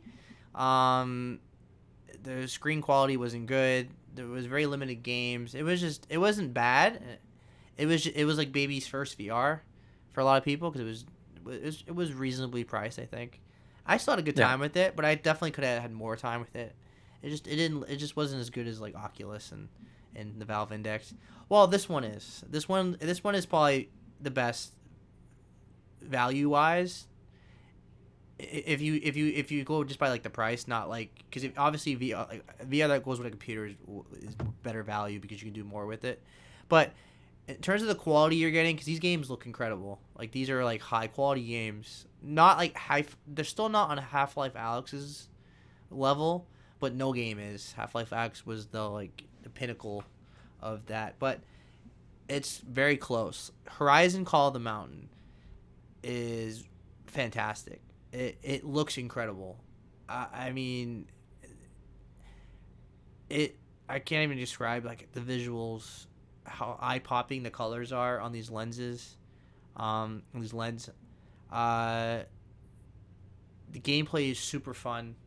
The boss battles are really fun. Like, it's a very easy game, and there's a lot of climbing. I mean, this game is a workout. I mean, you're constantly climbing. Your arms will get sore after a while. This is a game you need to take a break on because it's like 8-hour game, so you can't. So if you're playing this game for 8 hours straight, you're gonna be exhausted. You're gonna make sure you have water around you because you're gonna get dehydrated real fast. But wow, the fact that your headset vibrates when something flies by you, like it's mind blowing. Like when you're like right in the beginning of the game when you're in the boat and the long neck, I forget what it's called, it walks by you. Yeah, tall neck. I think. Tall neck. Yeah. I can't even. You can't. Think about this. This thing about VR, right? Is that it's so hard to describe unless you experience it yourself. You know what I mean?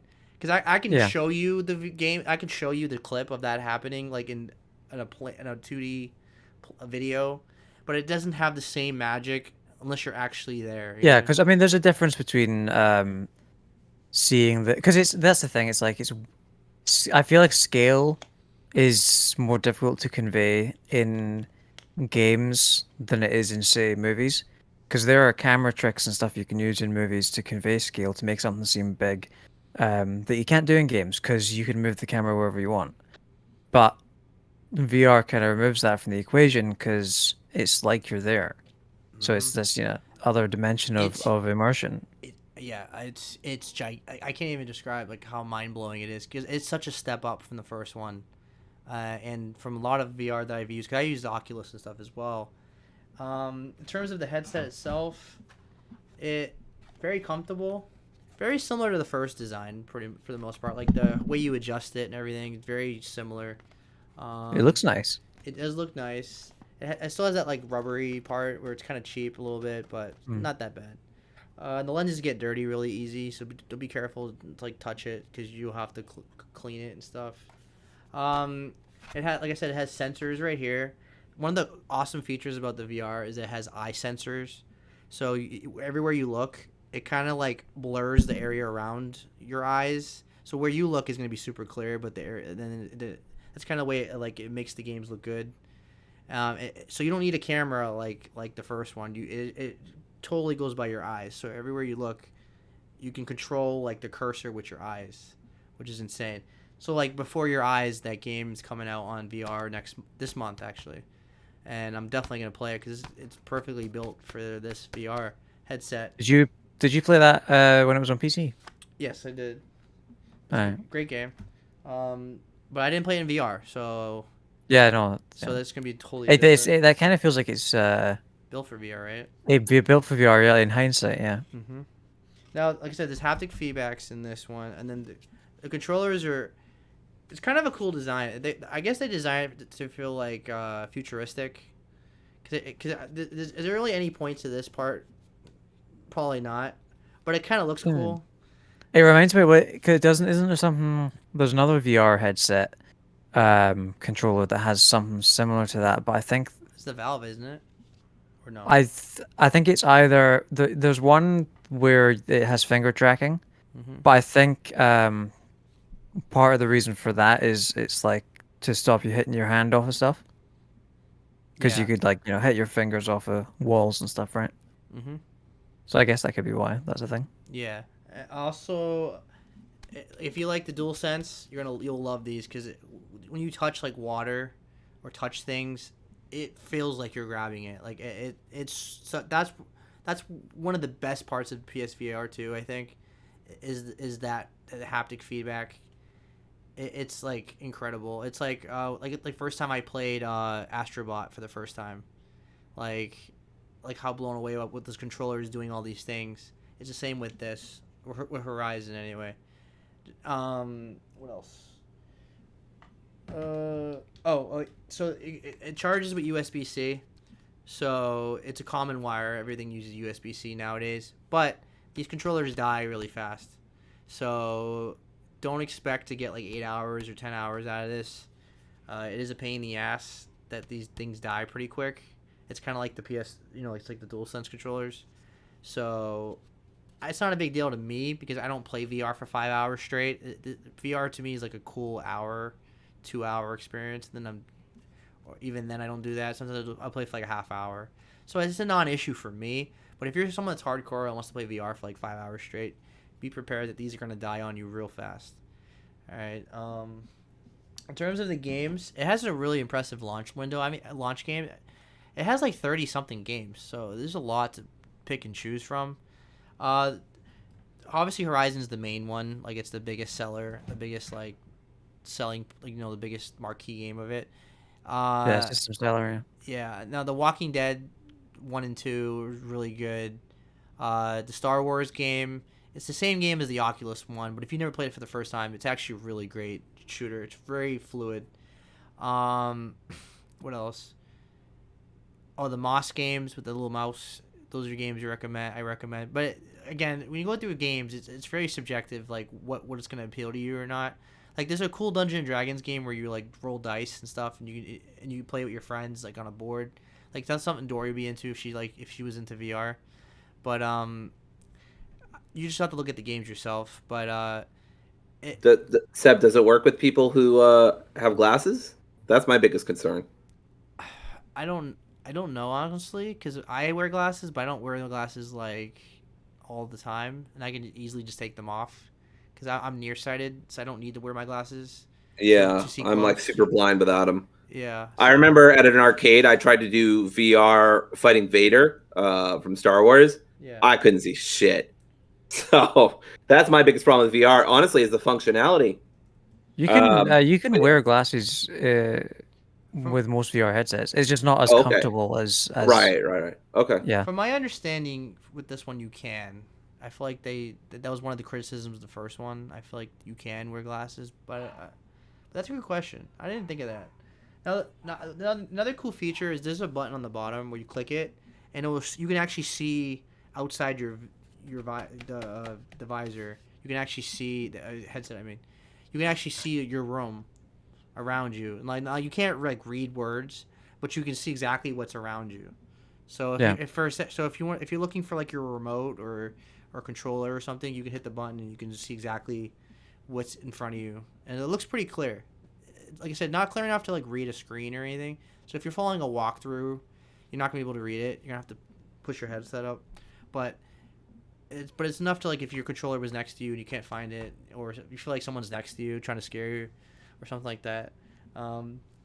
It's good. And then right here, it does have like holes right here where you can put in the earbuds, and they kind of hang around here, and it fits fairly well.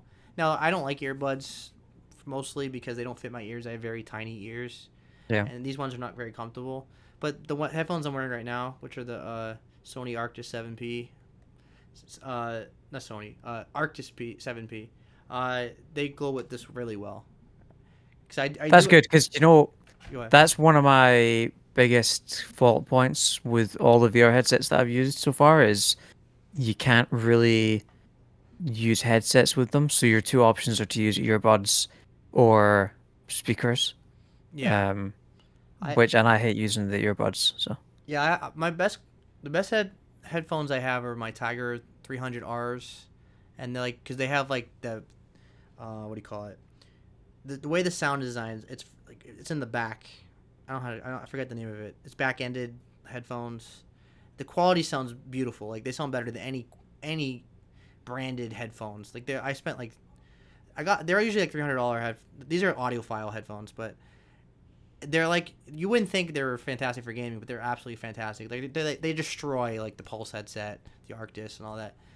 But the wiring doesn't fit my VR, so I have to use these. And these are still good. Don't get me wrong. Like these are ones everybody recommended over the Pulse. These are like $50 more than the Pulse. So I was like, you know what? I'll just get these. They fit the aesthetic of the PS5. Anyway, point is, if you have the Pulse headset, or I think you have a HyperCloud, I think right now. Yeah. I think that fits into it, I believe. So that's good. Yeah. Yeah. I've got the Pulse ones for my PlayStation, so as long as they work. Yeah, and they're pretty good too. I don't think they're awful. It's just that if you're like an audiophile and you're looking for the best of the best, you're not getting branded headsets. You're getting like audiophile like headphones that you have to find on forums people recommend to you. I had a guy that helped me on Twitter find me like really quality headphones, and like yeah, it's like night and day. But like I said, that's an audiophile thing. For most people, non-issue. I think I hit on everything pretty much. How much was it? How much was it? Yeah. It was $550. Damn. Now I almost bought the bundle, and then I changed my mind and canceled my pre-order. So I wasn't able to buy the charging station because apparently that you only buy one per account. So since I already bought it the first time and I canceled it, they didn't let me buy it again. So I have to charge my controllers with my USB-C wires, which are common wires. Everything uses USB-C now. Right. But 550. That's more than a PS5, right? Yes, if you live in the U.S. Right. Because in the everywhere else, the PS5 went up $50, but yeah, it is more expensive than the PS5. Yes. Now, that's nuts to me because yeah, that feels like a tough sell. Because it's technically an accessory, right? Yeah, not just an accessory, but like only for PS5. Like you can't use it with PC. Yeah. Your PC won't read it. And so I guess I can understand why that's a hard sell for a lot of people because like. But the thing is with me is for $550, it's very fairly priced. This is $1,000 $1,200 headset for $550. I know the biggest complaint about this headset is that it's not wireless. But the problem is if you made it wireless, it would have been way more expensive. You have to cut corners somehow. But the awesome thing is it's really just one wire. It's a USB-C wire that plugs right into plugs it right in front of the PS5, and that's it. It's all it takes to hook it up is to plug one wire in the front, and you're done. There's no like PhD 500 steps with 500 wires. It's very simple to set up. So, and as soon as you plug it in, PS5 reads it automatically. You do a couple settings. There is some blurriness with it. You have to do some settings. Go online and look it up. People recommend certain settings to make it look better. But for the most part, it was very simple to hook up. It took me like 5 minutes, 10 minutes at most. So, non-issue. But I think it's fairly priced. But yes, for the most people, this is absolutely absurdly expensive for a peripheral, for an accessory. But it's not meant for the average person. It's meant for the hardcore audience like me that wants to invest in the ecosystem and the platform, the people that love VR. Yeah. So people always make it like VR is supposed to be like this mainstream, like it's supposed to. Why is this more expensive than the console? Well, it's not meant for Timmy to open up on Christmas. It's meant for like the hardcore gamer that plays hours of Fuck games. You, Timmy. Yeah, because it's not the not the Nintendo Switch. Is what I'm saying. I think we're still a while away from that. I honestly, maybe in the next 5 years we could get closer to that, but it's hard to say. It's still, yeah, it's hard. It's tough to say because the stuff's so expensive. Not just that though, but I think most people just like the traditional gaming of holding a controller and playing a 2D game. I don't, because the thing of VR2 is it's so subjective in the sense that like everybody's body reacts differently. Like there's people that can't play VR no matter how hard they try. They just get absolutely nauseous. Their brain can't handle it. Because what happens is there's games where like you're looking one way, but your character's moving another way, and your brain equilibrium just gets very confused, and that's where that's where people get really sick. And the more you play, the better you get with it. Like you do get used to it. Some people don't have no problems at all, but there are people that just no matter how much they do that they play, the nauseous feeling never goes away.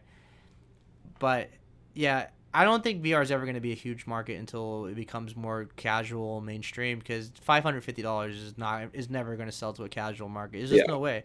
But the problem is if you go ahead. The closest we've gotten is the Oculus, right? That's like the closest we've gotten to like any kind of mainstream appeal. Plus the PSVR 1, like it was $400. A lot of people. I mean, it was the highest selling VR at the time. It sold like 5 million, which is not a lot, but in the VR market it was. It's very casual. But this is a high quality headset. Like playing Gran Turismo, the game is not, the game is notoriously mid, but playing it in VR is changes the entire game. It's an incredible experience. Like you wouldn't think it would be, but it changed the entire game. It changes a mid game to a pretty good game, and like Resident Evil Village. Now it's not like intuitive like Half-Life Alyx where you can pick everything up and throw it around. Like Resident Evil Village is definitely a 2D game that they made into a VR game, so you can't pick things up like Half-Life Alyx. But wow, it's incredible. Like that game is monumentally scarier in VR compared to like the original game. Because I didn't find the original game that scary. But like when a werewolf gets in your face and Lady D is chasing you, and you're hold on a second, Seb. Were you about to say Lady D gets in my face? Because we might have a game of the year. Well, she does, doesn't she? She grabs you. Yeah, she does. But yeah, it's really incredible. I don't know if could you guys play a horror game in VR, or would that be too much for you? I don't know, man. I struggle. Sometimes I struggle to play horror games that are first person, let alone fucking VR. So I don't know. I feel like I'd be one of those fucking nerds who would be like, "Oh, this game's easy," and then like somebody comes around the corner, "Oh my god!" It just like flat on my face. Yeah, so you gotta sit in a dark room, put headphones on, and. Yeah, I mean, I played what was it? Rush of Blood? Was it the roller coaster one for the original PSVR? Mm-hmm. And yeah, I was done with that after like 5 minutes. Because it was bad, or was it too scary? It's too scary. Like I'm pretty good with horror games. I think. I mean, horror games are worse than horror films. And VR horror games are probably the next evolution of that. So yeah, that's a tough. Yeah. I like the experience of trying it, but I don't know if I can make it through a whole game of that. The sequel comes out too, like this month, I believe, or next month. Oh yeah, the roller coaster thing, yeah. Yeah, I'm definitely gonna get that. But yeah, it your brain really tricks you. Dory, have you ever used VR before? Like any VR? Like I said, I did it at an arcade, and I honestly am struggling to think of any other time. VR has honestly never interested me much. And the one time I did try it was the Star Wars game that they had there, where you go through a training regiment and you're trying to deflect the stormtroopers with lightsaber. But again, I couldn't wear my glasses with it, so I couldn't see for shit. So it's like it was like reverse Star Wars. The stormtroopers had good aim, and the Jedi in question sucks. So I just got obliterated, and then Vader finished me off. So I did not have a good time. But, also it was at an arcade. It was probably low quality. So I'm not saying this is representative of VR in general. Yeah, it's just funny, like, no matter how hardcore of a gamer you are and how many, like, horror games you played, like, your brain really tricks you thinking, like, you're actually getting killed. Like, even, like, I can't even describe it unless you experience it, but you really believe, like, oh my god, I'm, like, in danger. Your brain just, like, puts you in fight or flight mode, even though you know it's fake and it's a game that you don't get in 2D.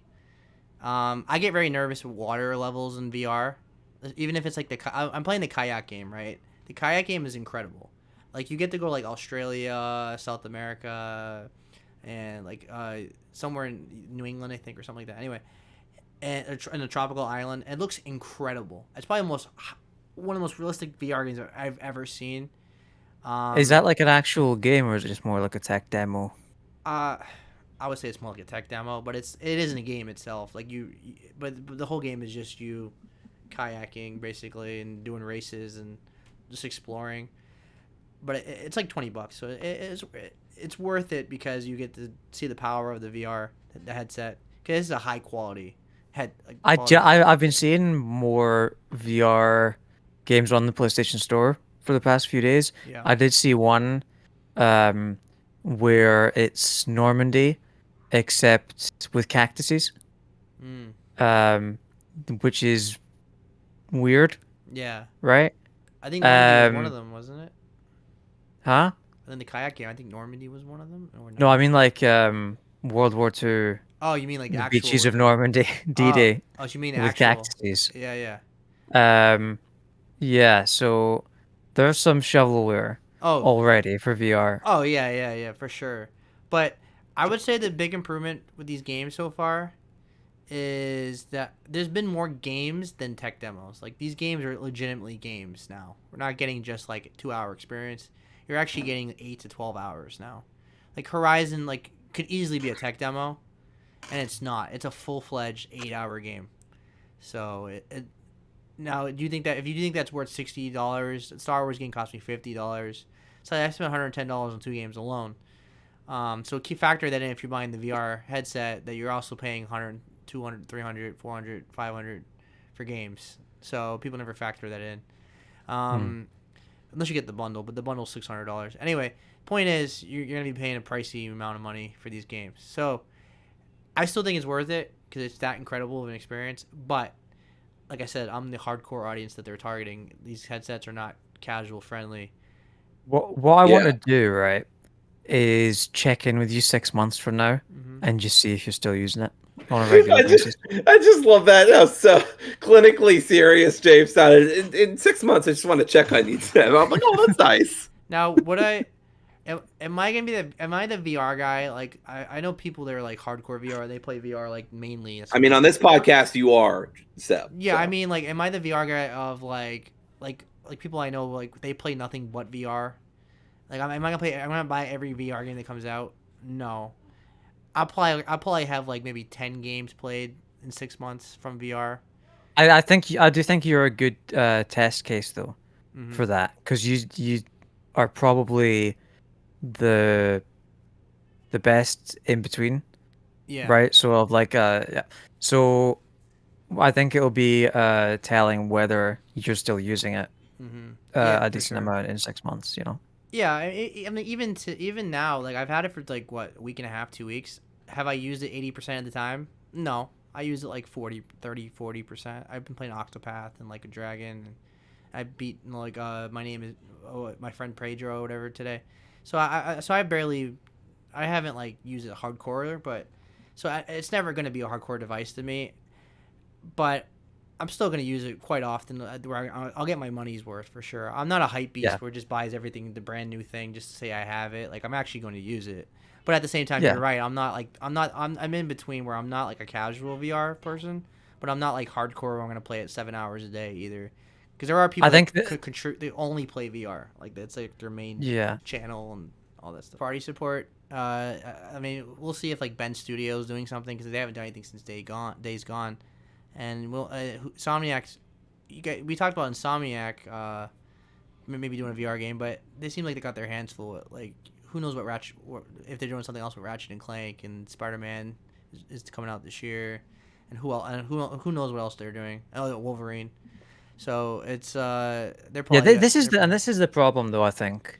And they, like this is a whole other topic, right? But this is the an issue that I have with Sony is like I feel like if they got Insomniac, for example, to make a VR game, they would get them to make a huge fucking Spider-Man VR game or something. Like they wouldn't let them just do what they were doing before they acquired them and just let them make a smaller budget, just interesting VR game, Yeah, you I know? mean it's fair.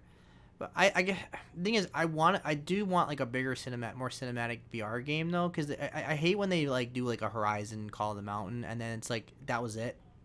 Like Yeah, no. they put all their marbles like this one cinematic awesome game and then it's like okay, rest of the every VR game for the next 5 years is just gonna be like these small indie titles. I think that's the problem with the first VR is that like you had a couple like really impressive showcases like the Astrobots rescue mission was incredible. And then it was like most of the games were just these small indie 2 3 hour experiences. Are we gonna get like my biggest question for this VR headset is are we gonna get those 8 to 12 hour experiences on the level of Horizon? And I don't know, but also we talked about before the thing crashed, the Discord crashed is that I'm the in betweener where I'm not a hardcore VR person where I play 8 hours a day, and it's like I buy all the newest VR games. I am that person that plays it just enough where I got my money's worth, but not like hardcore. I'm not a casual, or I'm not gonna like. It's not gonna collect dust on my shelf for 5 months and then I play it when I feel like it. I am going to use it occasionally, but not like every day, all day. So, because there's a lot of I mostly play 2D games like Resident Evil's gonna come out and Diablo and Final Fantasy, so it's just one of those things. But I will get my money's worth. I use my PSVR enough, but I will say I will use my VR2 way more than the first one. Like, I was looking back on how many games I played in the first one. I feel like I played more than I did, and I didn't. I only played like 12 to 15 in like 5 years. And this I already played 5 games alone just from this one, so I think I'm going to play it more. But like I said, my biggest question is the first party support. Are they going to put a lot of effort into this? Yeah, we shall see. Yeah, but overall, super high quality. I recommend it if you're into VR. Like, if it is this is like better than even the Index. It's better in terms of like the visuals and everything. 'Cause Index is getting older now, and it just looks like it's one of those things. It's like it's subjective. If you like VR, I recommend it. That's all I can say, really. But it's not going to appeal to most people. I mean, Dory's not going to spend $550 on a VR headset.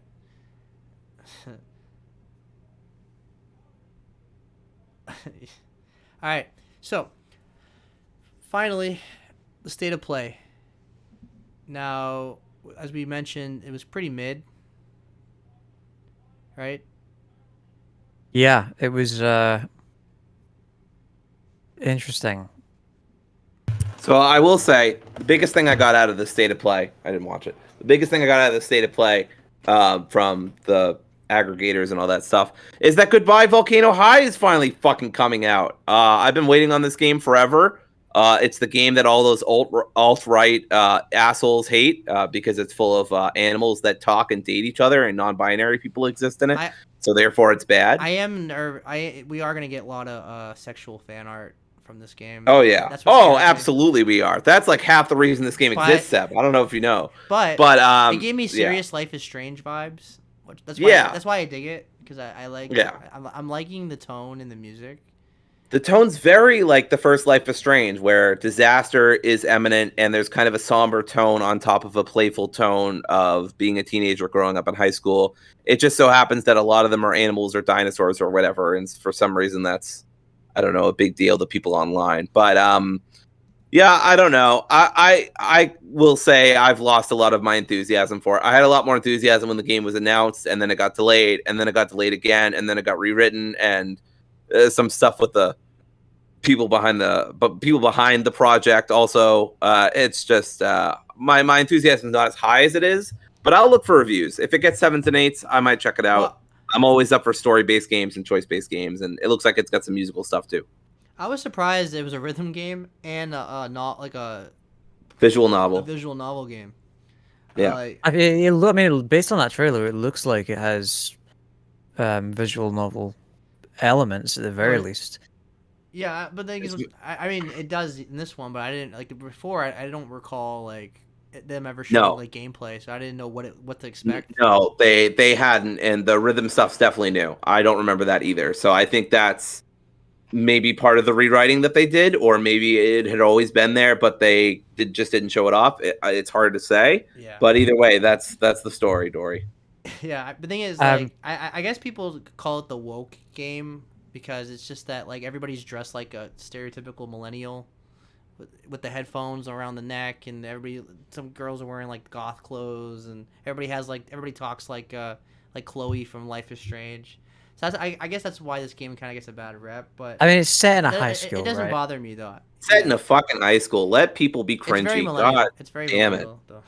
Look, this is not a grown-ass man in Russia with a talking glove, okay? Like that would be ridiculous. But like, this is fine. This is cringy-ass millennials in high school. Like, let them be cringy. Who cares? Which They're is funny teenagers. because we're not even millennials are not even in high school anymore. We're like 40. No, I know, right? They're not even millennials. As I was saying, they're like Gen Zers, I guess, or not even. I don't know. Generation Alpha. What the fuck are we in? Who fucking cares? It's all made up. Yeah. Anyway, but yeah, this game looks fun. This game looks fun. I mean, it's apocalyptic too. It's got that whole kind of feel to it. Comes out June 15, so 2 days before my birthday. So it's very much not my cup of tea. Yeah, it's fair. You know, genre, art style, everything. But the one thing I do find really interesting about it is it seems like they're going for a thing where the end of the world is like an allegory for the end of this kind of chapter of the characters' lives, which is a little on the nose, right? But I think that is like a really interesting premise for a story. Yeah, completely agreed. I'm wondering how it'll land. This is definitely a game I will be watching reviews for, and if it, like I said, even 7s and 8s, I'll probably check it out. Any lower than that, I mean, I will also be cognizant of review bombing. This show. I'm thinking about The Last of Us. This video game is definitely going to get review bombed, I would think. I mean, 4chan already tried to do a fucking campaign against it. That's even noted in the Kotaku article. So I would not be shocked if this game gets review bombed. Yeah. So I will be mostly paying attention to the critics, not to the audience, because I don't trust audiences on this one. Yeah, I mean, the internet doesn't mean shit to me. Like, I'll play it. No, I just there's a lot of riffraff online you just can easily ignore. But riffraff. It's my question for this game is how it's gonna be priced. Like, if this game's gonna be like $30-$40, I think that might be a mistake. I hope this game is fairly priced. Yeah. What do you think? 20? Should be, probably 25, I would guess. Okay. 20, yeah, that seems fair. Yeah. Plus it comes out in between like Diablo and Final Fantasy, so. Oof. Yeah, I guess that's true. I might not even play this game then. Yeah. You want to talk about Baldur's Gate? Well, before we get to Baldur's Gate, I want to talk about Tchia. Is that how it's pronounced? I have no idea. I don't know. I think it's either Tchia or Tchia, but Tchia sounds more right to me. Okay. Tchia. Either way, they showed this game at a showcase, and I've been really excited about this game just because I love cutesy 3D platformers. Like I'm a sucker for these indie games, and it looks pretty high quality. Honestly, it's like Sony's really back in this game. I mean, the gameplay itself is probably not gonna be anything mind blowing. It's probably just gonna be a basic just adventure game. You solve puzzles and do platforms and stuff, but the colors just really pop to me. Like I said, I have an OLED TV, and it's gonna look incredible. So I'm totally digging this, and it's such a great idea that they're making this day one on PS Plus. If you have extra or premium, so I don't have to buy it. So it's incredible. That's such a smart thing on their end. I hope Sony, like I said, I hope Sony keeps doing that. Because I love Stray so much, and it was such a great idea to put day one on PS Plus. And yeah, I'm really digging this game. Yeah, no, this one continues to pique my interest. Yeah. I can't say I'm super interested in it. Open world games are not generally my thing. I either love them or hate them, kind of thing. Generally, it seems open. Is it open world? Or is it open sandbox? Maybe it's open sandbox. Yeah, I haven't been blown away by this, but I'm glad it's coming out. It's based on Caledonian culture, I want to say. It's based on a culture basically that doesn't get highlighted a lot. So for that reason alone, I support it. I'm glad it's coming out, but I probably will not play it. Yeah, I mean they're pretty active on Twitter. They even tweeted at me and said, "Thanks for talking about our game." I was like, "Oh, no problem." That's nice of them. So nice. So well, Seb, you're a minor celebrity, with 2,000 followers. So 3,000, but yeah. Oh, I'm sorry. All hail. All hail. That's not even anything anyway. That's nothing. I know. But biggest hype for me, besides Resident Evil, of course, but I was already hyped for that, was Baldur's Gate 3 coming to PS5. I'm like, what? Because I had full intention of buying that on Steam. Because Baldur's Gate is notoriously a very popular. Yes. I want to say popular. Very famous. Well, it put the C in CRPG. I mean, it is the CRPG game that a lot of other CRPGs, including Disco Elysium, are based on. It's classic. Yes, And now every Baldur's Gate game is on PS5 now. So every single one. Damn, I didn't know that. That's cool. Yeah, you can buy 1 and 2 as a collection on PS5. Oh shit. I think I have 1 and 2 on Steam or Epic Games. I can't remember. I have them. I just haven't played them yet, but they are available to me. I mean, I've already talked about this game with you guys before, but like I said, it's a Dungeons and Dragons game. You roll dice. It's an RPG. You make dialogue choices that totally change the story. It has everything I love about like a Western RPG. It's like, it's like Fallout. Mass Effect. I am literally a dungeon master. I have an IRL group of friends who are going to come together soon to play D&D at my place. So this is definitely my shit, so to speak. I will very much be looking towards reviews, as I presume I do not need to have played 1 and 2 to understand 3. So if this gets good reviews, I might be all in, which, it's definitely up my alley. I literally did run a campaign for a few months, set in Baldur's Gate. I don't think this game is actually set in Baldur's Gate. Oh, that could be wrong. I'm not familiar with Baldur's Gate's story because I played it when I was a kid. So that's fair. I'm confused, Dory. You don't think Baldur's Gate 3 is set in Baldur's Gate? So Baldur's Gate is a discrete city in 5e, and so I don't know. I doubt that it all takes place within that one city, because that would be a pretty small game a big RPG. Right. I mean, James, so what I mean, Kingdom Hearts doesn't take place in Kingdom Hearts. Right. That's what I'm saying. What? Yeah. Kingdom Hearts is a place? It's a giant. Kingdom Hearts is a place. It's also a moon. It's also like what's in your heart. It's not important, James. We can talk about it later. It's a giant energy source. God, right, we can talk about it later. Jesus Christ. It is an actual place. It is an actual place. But let's not go down that rabbit hole. So Kingdom Hearts 4. No. Let's go. No. I'm very excited for Kingdom Hearts 4. But Baldur's Gate 3, it looks great. The graphics look great. I'm excited about being on PS5. That's awesome. I'll be shocked if this game gets lower than an 80 on Larian has been working on this for a while, so I would also be shocked if it gets lower than 8. Or I could even see a couple 9s here from enthusiasts. Because you can play you can play Chapter 1 for like 2 years now, so that's like 40 hours of content alone. So this game. But it gets reset when the game comes out, so yeah, that's why I haven't done that, because I was like, I was such in a huge mood to play this game like last year or 2 years ago, and I was like, your progress doesn't carry over. I was like, oh, you just ruined it for me. You ruined any chance of me pre-ordering your game. Yeah. Yep. I'm just watching the trailer now. Again, did that guy just turn into a bear? Yeah, he's a druid. Yeah, druids can do it. Druids can do that. It's called Wild Shape. I don't know what I'm gonna be yet. Normally, it depends on. I'll probably be a rogue. I typically like range characters. Like I usually play a mage or a necromancer when I play like fantasy games, but. And sometimes I play archer as well. Like in WoW, my first character was a hunter, which is like a range character. But sometimes I like to be the knight or a berserker. So I don't know. I'm gonna be like I'm gonna be sitting there for like an hour trying to figure out what I'm gonna do. I think I'm gonna be a dark elf. Well, I don't call it a dark elf in Dungeons and Dragons. It's called a drow, I think. So I think that's what I'm gonna do. Or drow. Is it a drow or a drow, Dory? It's drow. Drow. Okay, yeah. So I'm used to EverQuest. They call it dark elves. That's what I call them. Yeah, they're not called dark elves. And I mean, again, I don't know how much Baldur's Gate bases itself on 5e. Maybe Baldur's Gate is a realm in this game and not just a city. But so I only know so much about Baldur's Gate the city. Maybe it's a realm in this game. I haven't played 1 or 2, so I don't know. My only thing is, if I play drows, are usually like bad guys, or like they're usually viewed negatively. They've slowly changed that a little, but there's still a lot of prejudice towards drow and tieflings. They're always viewed as like criminals or like people up to no good. Yeah, it's very race and D&D is a very touchy subject these days.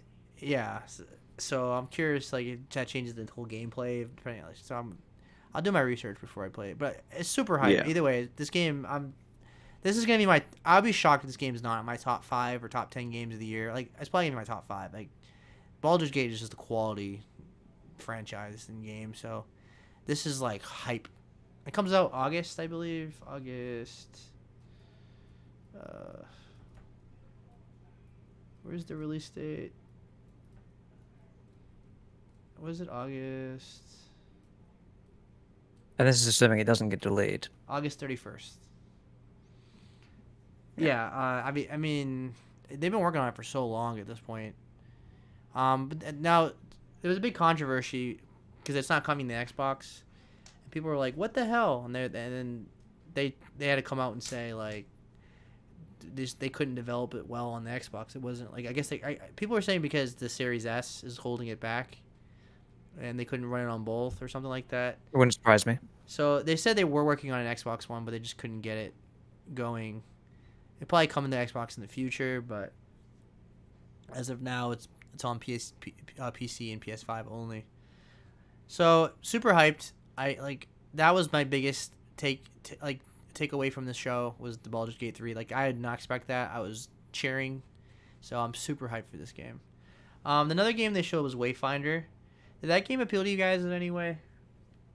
That's only VR, right? Or is that? I was under the impression it was. No, it's not VR. No, that's a real ass video game. Oh, that's a real ass video. You're right. I meant to check that out and I forgot to. So tell me what that's about because I forgot. Well, it's an MMO. Okay, so that we're already starting in the negative. Yeah, for you, but yeah, for me. And you play as a character that you pick. You don't like make your own character, from my understanding. It's kind of like what is it called? Wayfinder. Yeah, it's kind of like Overwatch. I mean, it has guns, so it's like already leaps and bounds ahead of any MMO. I mean, it's clearly stealing terminology from Kingdom Hearts, so we're way in the negatives at this point. It's too far gone. That's a negative for you? It's stealing from. No, I'm kidding. I'm only being. I'm only kidding. Anyway, my thing is, I like the aesthetic. Like, I like the visual. It reminds me of Blizzard games. I always like that look, but it looks a little too much on the Fortnite side. I'm kind of getting tired of it. Yeah, I don't really like the art style that I'm looking at. Yeah, I'm kind of getting tired of the Fortnite look. Everybody's doing the Fortnite look, and I think we're at this point now where anyone tries to copy that look automatically gets shit on. Yeah, I see what you mean. It definitely looks very Fortnite-y. It's a loot game, so it's like you play with your friends, you kill a giant boss. It's like Destiny, but it's a third person, colorful like online action RPG from Airship Syndicate. The story behind Darksiders and League of Legends spin-off Ruined King. Yeah. So is it free to play? It says it's a live service game, and we have more to say about live service in a little bit. So I presume the beta opened a couple days ago, so I don't think it's not a game that any of us are gonna play, so we can probably move on from that. Yeah. They showed Destiny, which Mitch is not here. Otherwise, he would have talked about it today. So we'll move on from that. IGN gave that a 5 out of 10. By the way, quite a score for them. They don't usually do that. Mitch's final blessing to us is not being here, so we don't have to talk about it. That's right. Now, Mitch, I did talk to Mitch about it, and he agrees with IGN in the fact that the story is not that great. They kind of hype it up as like Avengers: Infinity War, and it just falls flat. But the gameplay. Did any of the gameplay is good. Did any of the VR games look good to you? Oh, the Foglands, Synapse, Journey to Foundation, any of that stuff? Before Your Eyes is big. Before Your Eyes coming to VR is huge. Before Your Eyes, that's an excellent game. Before Your Eyes stood out to me, but I already knew it was coming out because it's been on the PlayStation Store for like a couple months now, and you can pre-order. Oh, really? Okay. On a discount. So I mean that game is a game made to be on VR. I mean that is such an experience for VR people. Yeah, like the games they showed were pretty cool, like because they're all like shooters, and shooters really work well on VR. Like it's so much fun, but I'd have to like really look at them again. Again, the big problem with me is like the price. Like these games look like they're gonna be like $40 each, and I gotta plan out when I'm gonna get those games. That's the problem with VR. So nothing like jumped out at me like, oh my god, I have to play it. But they were pretty cool. And then they showed Resident Evil 4. What order are we doing these in? We're going all over the place because I'm skipping Street Fighter because I don't think you guys like Street Fighter that much. I have nothing to say about Zangief. Yeah, no, I'm sorry. I mean, it looks cool. Yeah, it comes out in June as well. June is very packed. The art style looks great, and I will not play it. Have a good day. Everyone's talking about the British lady. I saw that. I like fighting games, but Street Fighter has never been my thing because the way this gameplay is designed, where you have to do like those combos, like where you have to like rotate the stick and stuff. I'm just not good with that. Tekken's more my game growing up. I'm not good with those arcadey type of fighters. So Resident Evil 4, they showed the castle. They showed Los Luminados. It looks like everything I know. Like it looks very familiar. Like it has the part where your catapults are shooting fire at you. It has a lot of scenes with Lewis, and it has like Krauser. It has a scene where you meet Salazar, and he sends the troops at you. It's like they're pretty much doing the same game. It's just a lot better looking, obviously. They showed Ashley with a lantern. They brought that damn water room back, unfortunately. Let's go. I'm kidding. Which water room? It's the most notorious room in the whole game, where it's like Ashley has to like move the switches, and you have to snipe from a distance. Oh, that room. Oh yeah, I didn't know it by water room, but yes. I know I call it that because that's what the speedrunners call it. You know, speedrunners always have terminology for things like that. And yeah, that's the notorious room, because that room is a run killer. Yeah, it is. I've seen a few Resident Evil 4 speedruns. Not favored highly. Now they showed the helicopter like event at the end of the game. They showed the mine shaft. So it's pretty much, and then the Krauser fight was like you're actually fighting him with a knife. It's not QuickTime events. Hell yeah, let's go. So it looks incredible, and then we have a mercenaries mode, which is one of the best parts of Resident Evil 4. Mercenary mode was so much fun. My friends and I used to play that for hours. So, anything else? Yeah, I skipped that trailer. That was the one thing I skipped in the entire showcase for the aforementioned reasons. I just described it to you. Yes, but I'm sure it looks great. Yeah, it looks great. And then finally, to close the show out, Finally. Suicide. Hold on, we're not talking about humanity. Do you want to talk about humanity? I want to talk about humanity. Okay. It's a VR game too. I a little overrated, honestly. No, it's VR. They have a VR. It's a good. It has a VR mode. Okay, that's cool. You can play it as Humanity's a little overrated in my opinion, but go ahead. Yeah, it's a little problematic. Did you guys? I think you guys didn't play the demo that they released. No, I know of. I've known of this game for a while, but I did not even know there was a demo, so no. Yeah. So this is the developers behind Res Infinite and Tetris Effect. So it looks like it. If Tetris Effect was their take on Tetris, then this is their take on Lemmings. Basically, it's like Lemmings in 3D. So if you played Lemmings, you know what that means. I don't know what that means. You don't know what Lemmings is? No, what the hell's Lemmings? You're the second person I've tried to describe this game to by comparing it to Lemmings who hasn't known what Lemmings is, and I am shocked. Still don't know what it is, James. You gotta tell me. Dumb Club. Okay, so Lemmings is this it's like a side scroller, right? Where you have this line of these little guys, and they are constantly moving through the level, like they don't stop. They kind of look like Oompa Loompas. They're like little Oompa Loompa people. Okay. Yeah, and you have to help them get to the end of the level by like altering the terrain, like making bridges. Oh, okay, one of those games. Sure. Yeah. It's very old, like from 1991. Yeah, made in Dundee. Fun fact. Crocodile Dundee, my favorite. No, not I never played Lemmings, but I know of it. Dundee, Scotland. Yes. Thank you very much. So basically, this game's a puzzle game where you're leading. Yeah. People. And so do you know what? You really need to use your brain when you're playing this. Like I've tried. There's been a couple times I've tried playing the demo and I've just not been in the right mindset for it, because you need to give it your full attention. Like it's a puzzle game. Or it has easy platinum and I just follow a walkthrough. Yeah, and get a platinum. that too. If you want to buy a game just to have someone else play it for you, basically. If that's your thing, but $20 for a platinum. Yeah, it's It's cool though. It's like the puzzles are difficult. Even the first, like at the start of the game. But it's weird, you know? Like, I mean, how could a game where you play as a dog rounding up humans not be weird? It's weird by concept. Yeah. But I'm digging it. Yeah, it's fun. I don't know if the demo's still available. I know it said it was like a limited time demo, but if it is available, it's worth checking out. Does that have a release date? I forgot to check. May. Just May. Yeah, May 2023. That's what it says. It's gonna be May.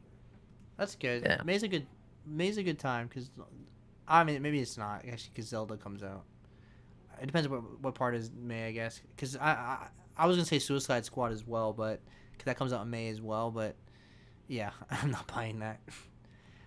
Yeah, let's talk about that. Let's talk about the elephant in the room, everybody. Before we start, damn it, Seb. We've all been negative about this game. Like we were like when we first saw the trailer, we were all like, we're not digging this. We were. Are we talking I about want to this know. trailer? I look. I'm gonna get a doll. I'm gonna get like one of those little like figurines. I'm gonna go to Rocksteady headquarters. I'm gonna look at the receptionist right in the face and be like, "Who hurt you? Tell me where somebody hurt you. What the fuck happened to Rocksteady? Why are we getting this game? Why is it live service? Why are there numbers? I'm so angry." I touch on that thing that Seb said a second ago, though. When the first trailer for this game came out, we all thought that Gotham Knights was the better looking game of the two.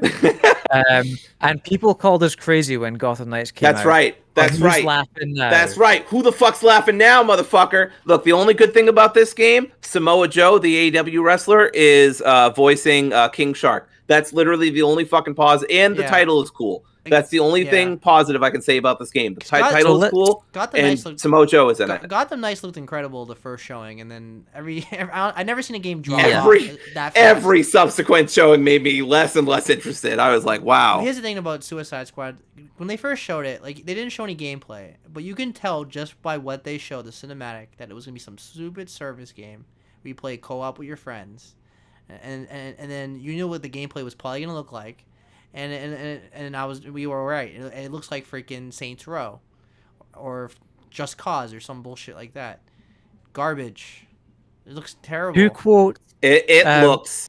You know what? It doesn't even look terrible. It looks milquetoast. It looks mediocre. It looks like every other fucking game I've ever seen in the last 3 years, and that's just not the game I need from Rocksteady. And I know some people like Arkham Knight, and they're going to defend it. Whatever. I can't stand Arkham Knight, and I think a lot of people agree that Origins was a bit of a step down, even though I think it's underrated. This is just not the game that Rocksteady needs right now, in my opinion, to bring fans back into it. It's got every single, like looking in the comments, it's got every single thing that people don't want from video games. It's got the live service element. It's got, you've always got to be online. It's got the completely needless elements that just make it completely uninspirational. The numbers all over the screen or whatever. It's just fucking frustrating. Everybody plays the same. Like freaking Harley Quinn plays like Spider-Man. Like it just feels, it's so jarring. It's just. Do you know the other weird thing? It's such a weird choice, right? For their first gameplay demo for this game, they had the first 5 minutes or whatever be the characters just shooting purple orbs, which is not. That's not what people want. Captain Boomerang doesn't use a fucking boomerang. He uses a shock. I didn't even notice this because I was so uninspired from the fucking trailer, but until someone pointed out in the comments. But Captain Boomerang, you know, the guy whose whole fucking thing is he's Australian and uses a goddamn boomerang. Sorry, let me back up from a microphone. Doesn't use a boomerang. Exactly. It's like using Green Lantern and he doesn't use the ring. He just punches people. Just what the fuck? To quote the incredible article that Rock Paper Shotgun put out about this demo, I watched this and think, yes, a video game, by which I mean a collision of market research and midterm brand strategy designed to cater to an executive's idea of why Ubisoft's share price was higher than theirs in 2016. Dang. Which is pretty apt, right? That's It's right. pretty spot on though. It looks like the reason this game is being made is to cater to executives. Yeah, and trends. You know. Chasing trends. They're Outdated trends. but they're not. Yeah, I was about to say exactly. Just like we talked about on the Discord, fucking dated trends, like 5-year-old trends. This game looked dated when it first came out, when it was first previewed. If this came out like 5 years ago, we'd probably maybe singing a different tune. But this game feels so dated. Like we've seen these service games a million times now, that like we know exactly what to expect. It's like why? I'm so confused. Why would you have your first gameplay demo just be the character shooting purple orbs? Do they not know that that's like the least fun looking thing that you can have in a video game? Shooting orbs. That's literally, and I'm not even kidding. That's basically the tutorial mission for Birth by Sleep, a game that came out almost 20 fucking years ago. So like, I don't even know. I don't even know who the fuck is Rocksteady at this point. What are we doing here? Like, why? I don't understand. It's amazing that people make games in 2023 that were people where the gameplay is collecting orbs. I just don't. It's not. How did we go from fucking Arkham Asylum in City to this? I just don't. I don't understand. This game should have been a single player game. Not to be Batman, but it could have did a DC property. You could have did a Suicide single player game and had a cool like idea of, like playing as the villains instead. Like that would have been way more interesting than what we're getting. And you know, well, that's the thing. Is like, yeah. Go ahead. It's the all the cutscenes that they've shown, right? Look, in my opinion, really good. Yeah, they look apart good. from that first one was a little, but like the writing seems solid. You know, like it seems funny. The characters seem likable and everything, and the story seems passable. It's just that gameplay. That's the thing. It's like that's how that perfectly describes the Avengers game. Like the Avengers single player campaign, like the story was passable. The character models look good though, and like it tried to tell a story, but the gameplay was so ass that like it didn't matter. It totally destroyed the game. Like when the trailer was going and Flash told Diana, "Is like Diana, you're gonna have to kill us." I felt that. I was like, "Well, shit!" Like, but then I remembered, oh yeah, it's in a fucking bad video game. What do I care? Like, I'm not gonna get invested in this. That's the thing. You watch that and you think that looks great. But I'm going to have to go through hundreds of different RPG light elements to get to each cutscene. I mean, and it's just incredible that Ezra Miller is both in the film and in this video game. I mean, it's just no. I was just making a joke because the Flash is the villain in this game. Anyway, I want to say too. I want to say on a more serious note, I feel like it should be illegal that this is Kevin Conroy's last role as Batman. I know this is a very serious thing to say. Rest in peace, obviously. I feel like this is criminal. This should not be Kevin Conroy's last role as Batman in this shitty-ass game that is completely based off of soulless marketing. I just feel like, I don't know. And that's my very personal take, obviously, but it just makes me sad. It makes me sad that this is his last game that he's ever going to be in as Batman, or his last role, honestly, I think, as Batman, is this shitty, soulless marketing ploy disguised as a fucking video game. It just makes me sad. Now, with that all said, like this game's dead on arrival, but I'll probably have a good time with it when it's like $15-$20, or if it's on Game Pass, or if it's on like a service. You know what I mean? Like if it's, like, I'll probably have a fun like 8-hour experience just with the campaign, and then I'll forget about it after. Like Avengers, because that was me with the Avengers. I don't like the Avengers at all, but I had a good time for it. Like the first maybe 5 to 8 hours, like the story itself, I was having a good time. And then once we got to the service part of the game, like where you had to like, where they wanted you to keep continuing, because the whole game wanted you to continue after, like to build characters up and everything. The main purpose of the game is where the game just was terrible, and this is the same thing with this game. I'm sure the campaign for this game is gonna be okay. It's probably gonna be a good time for the first 5 to 8 hours. It's probably not gonna be super long, and then after the part where they want you to keep playing, the main core of the game is gonna be garbage, and that's where they're gonna lose everybody. So people are gonna dig it the first 5 hours, and then do you know what? It really just depends. Because the thing is, you say that, but at the same time, like, I'm thinking of the very concept of trying to play this game, for just the story. I feel like maybe the co-op. I feel like maybe the co-op would be like soulless, harmless fun, maybe at best. That's what I'm saying. It's gonna be like a dumb fun. Yeah. Which is Gonna fine be for like dumb fun. 15, 20 bucks. Like Outriders, I played Outriders for like 15, 20 bucks, and I really had a great time. Now, if I Yeah. paid full price, I would have had a different opinion, right? Like I'd be like, wow, this is really mid. I did not get my money's worth. But since I played Outriders on Game Pass, and then I bought it on PS5 for like 15 bucks, I was like, oh wow, I had a great time because of the price. So this game's dead on arrival, but I do think I'm gonna have fun with it the first couple hours at least. Like I'll probably like the campaign. I just won't. It just be something I have fun with it for a few hours. Yeah. I beat it, and never think about it again. Unless I keep talking about it and trashing it. I mean, I want to be clear. I'm not saying like people who play this game are bad. I'm not saying you can't play this game or shouldn't. I just this game makes me angry on a lot of fronts in a lot of ways. Yeah, go ahead. Yeah, I mean, like the co-op stuff could be fun. If this was on Game Pass and Seb wanted to play with me, I wouldn't say no. Like, I'm not saying. My point is, I'm not saying I'm better than this game. All right, I'm just saying again, dumb club. But like, this game just makes me mad on a lot of fronts. It feels like it's chasing trends for no good reason. It's from a publisher that I expect better from. Maybe not so far as the writing of women, historically speaking, but generally speaking, I expect these solid games from Rocksteady. World, right? It's microtransactions, it's battle passes, it's RPG elements.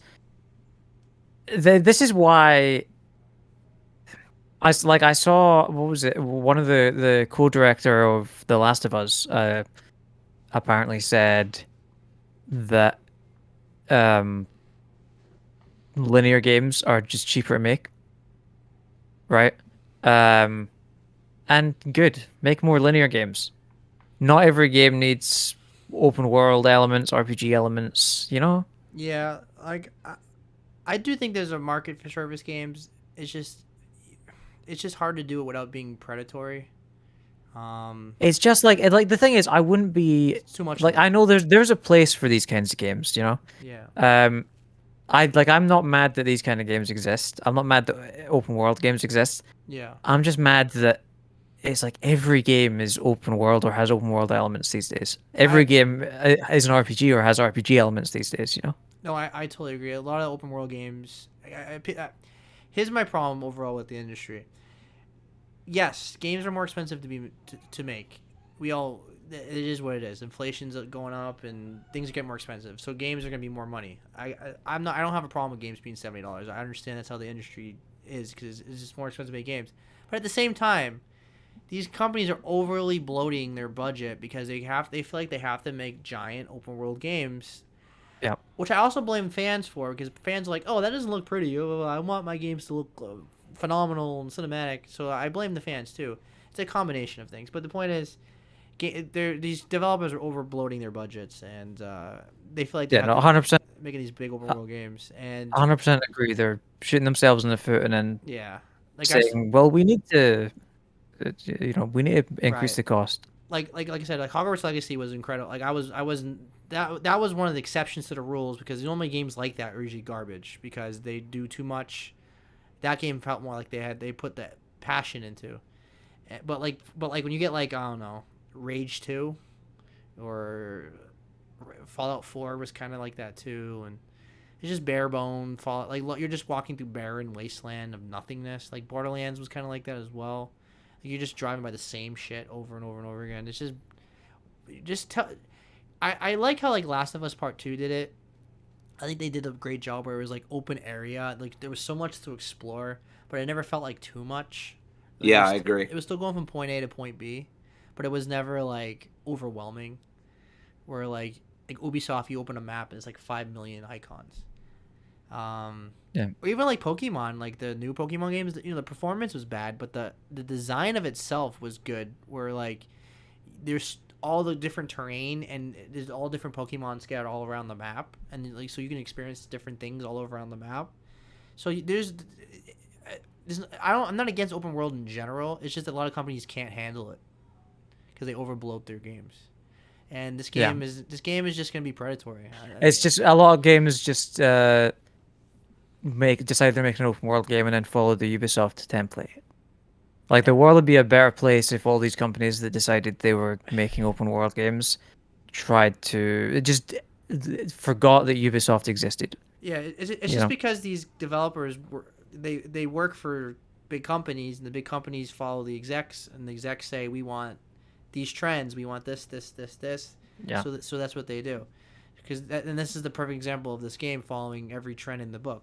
Live service, pick a character, big property, big DC, big property. It feels like Fortnite. It feels like Destiny. It feels like this game's been in the making for 7 years, and it feels like it. If this game came out 7 years ago, I think it would probably be viewed a lot more positively. But since we've seen all the garbage since like Fortnite's taken over the industry, that it feels like at some point they should have said, this is not it. Like, this is not the direction we should be heading. Because I think Rocksteady's reputation is going to take a massive hit here. Because Arkham Knight itself was not as praised as well as Arkham Knight and Asylum. Not that it was bad. It was a good game. And it did well and everything. But it was 2015, and it's been 8 years since we got their last game, I believe. And this is what we're getting. So it's like they're gonna take a hit, because this is what this is what you've been working on for 8 years. I mean, I don't think I've seen anything positive about this game from the general audience. Like, I think every comment I've seen has been very negative. Now, I know internet is internet. Like, that's not real life, but I think I don't think this game's gonna be a massive hit. It's probably gonna be a modest hit. I'm sure like the casual audience that doesn't pay attention to this shit like we do is probably gonna support it somewhat, but I just don't think this game has any legs. I mean, yeah, because like Avengers didn't do too great, did it? It bombed. That's probably the easiest completely. Comparison point. Yes. Yeah. Not only that, they lost like millions of dollars. Square Enix, like, the game was so bad, Square Enix had to sell all of its Western developers away. It was that bad. It was such a disaster. The sad thing is though, that the success of the game probably hinges less on the quality of it and more, or the content, and more on the marketing. If the marketing is good, it'll probably do better than Avengers. Oh yeah. Like I said, this game's gonna be a modest success. I think day one it's gonna do pretty well. I think the problem. I think. But it's a live service game, so it's gonna drop off and it's gonna die just like Avengers died. Right. That's what I'm saying. It's not gonna last. Because like and that'll be considered a failure. Because you played I played the first 5 to 7 hours of Avengers. I'd be like, okay, this is a solid game. I'm having a good time. And as soon as you finish the game, it was just nothing but fighting robots and doing the same shit over and over and over and over. Yeah, by all accounts, the story there was good. It's just that the gameplay is not there. Yeah, and that's what I'm saying. Like, had Avengers did like, okay, you get to fight Venom or Green Goblin, or you get to fight Magneto. Like, you do like a Ultimate Alliance kind of thing, where you have like this awesome, like, like the Lego games do, like Lego Marvel games. They do a good job where like they make a whole level based around like X-Men or around Black Panther or around Spider-Man, and you get to fight like all the villains, and like, it has its own storyline. It's pretty cool. They could have easily did that with Avengers, but they just did low effort. Like, we're gonna fight the same robot 50 times. The rewards were just like, you get a new costume. You get a card. That's the problem with service games. People that do it right can do it right, but most people can't do it right, and they always tank because we've seen it a million times, and they're predatory by nature. The concept of the service is just predatory by nature. It's just, there's no way to do it without milking money out of people. There's no way to There's no way to do it without taking advantage of people who are either literal children with access to their parents' money, or people who are disabled, or people who are ignorant, or any other number of combinations. It is just an exploitative system that the big execs don't give a shit about because they want to make money. And they do, and that's really what it is. Now, I'm not depressing, no. Yeah, but that's the industry. But I play a lot of games. I love a lot of games. I love a lot of indies. I think I got a great mix of AAAs and indies all year long. So I don't think I'm getting overwhelmed with service games every 5 minutes. Like, because I just avoid them. so it's really a non-issue for me. Yeah, I mean, that's why I've never gotten super upset about Fortnite. I just avoid it. I don't care about it. It doesn't bother me. I don't give two shits about Fortnite, and it has never affected my love of games. I beat 82 games last year. So, it is what it is.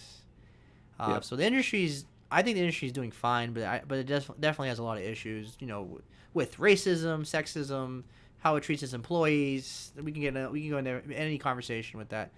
It's predatory loot boxes and predatory services, but there's a lot of good too. I think every platform is doing well.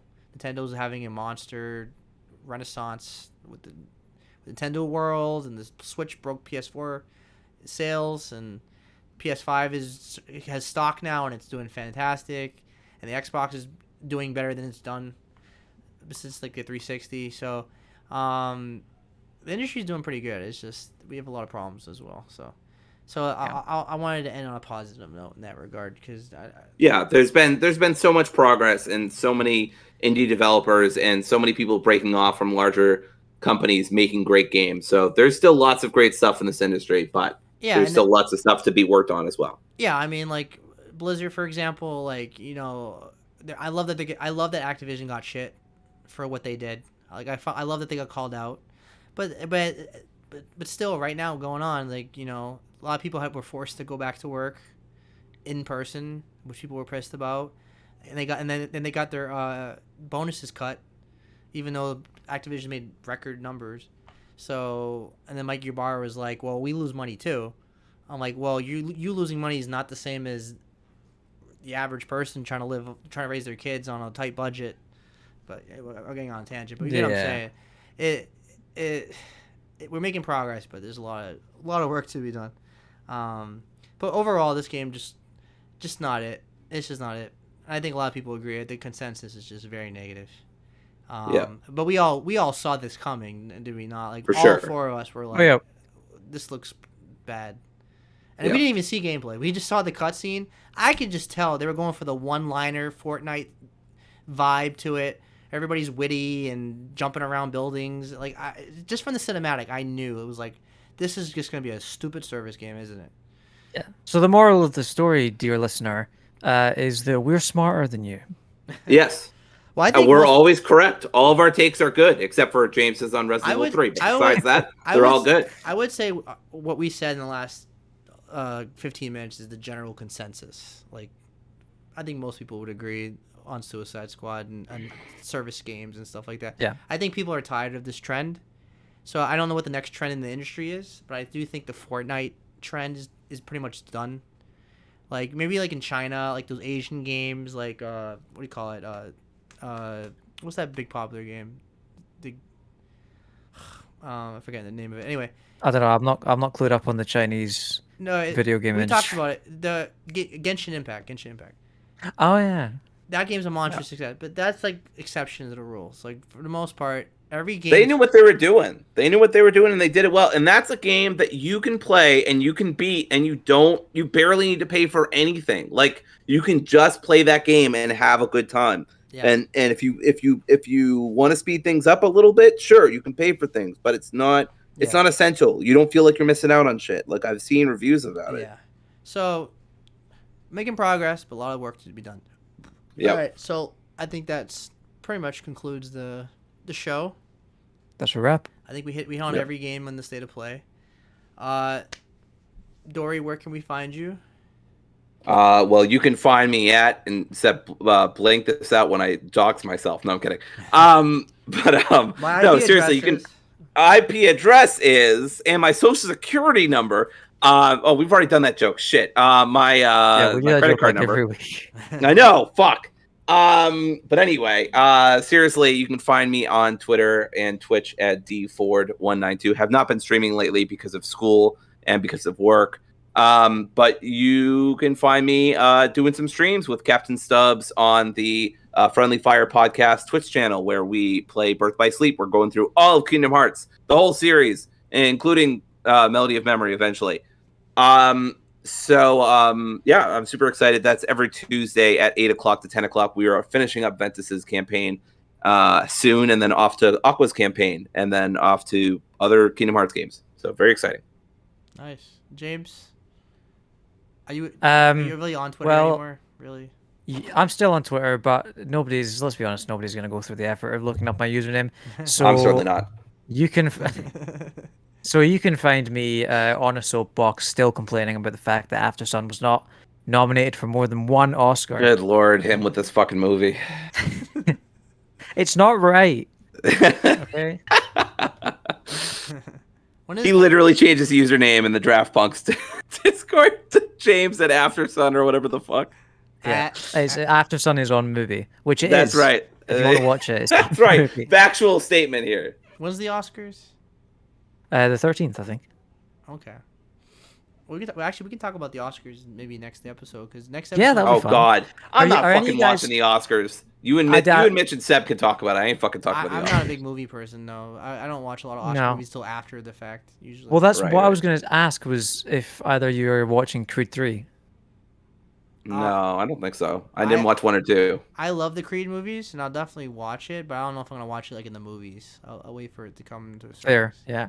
But I love the Rocky. I'm a huge Rocky fan, and Creed 1 and 2 was great. I'm watching through them. I'm watching through them at the moment, so I can go and see the third one in the cinema. And yeah, they're fucking fantastic. I Dungeon Master for a reason. I can do impressions sometimes. Nice. And you can find me at LittleSeb93, and then you can listen to the podcast on YouTube and Spotify. All right, you all have a good night. Thanks for the show. This is a really good episode. I really we had a good conversation. There's always when Mitch is here. Remember, everybody, dumb games can be fun. Just don't take them too seriously. Yeah, and maybe Mitch will be on next episode, so we'll see. Let's go. View count's going down. Again. Yeah. That's right. This episode's going to have like 300 views, and then the next episode's going to have 10. 10. By the way, the joke, I don't know if anyone knows, but the joke from that, well, maybe I shouldn't explain the joke, but anyway, Last of Us video did very well. So. Yeah, and then the next episode did 1/3. Yeah, that's right. Fucking Mitch. Love you, Mitch. Maybe. All right. Bye, guys. Bye. Bye.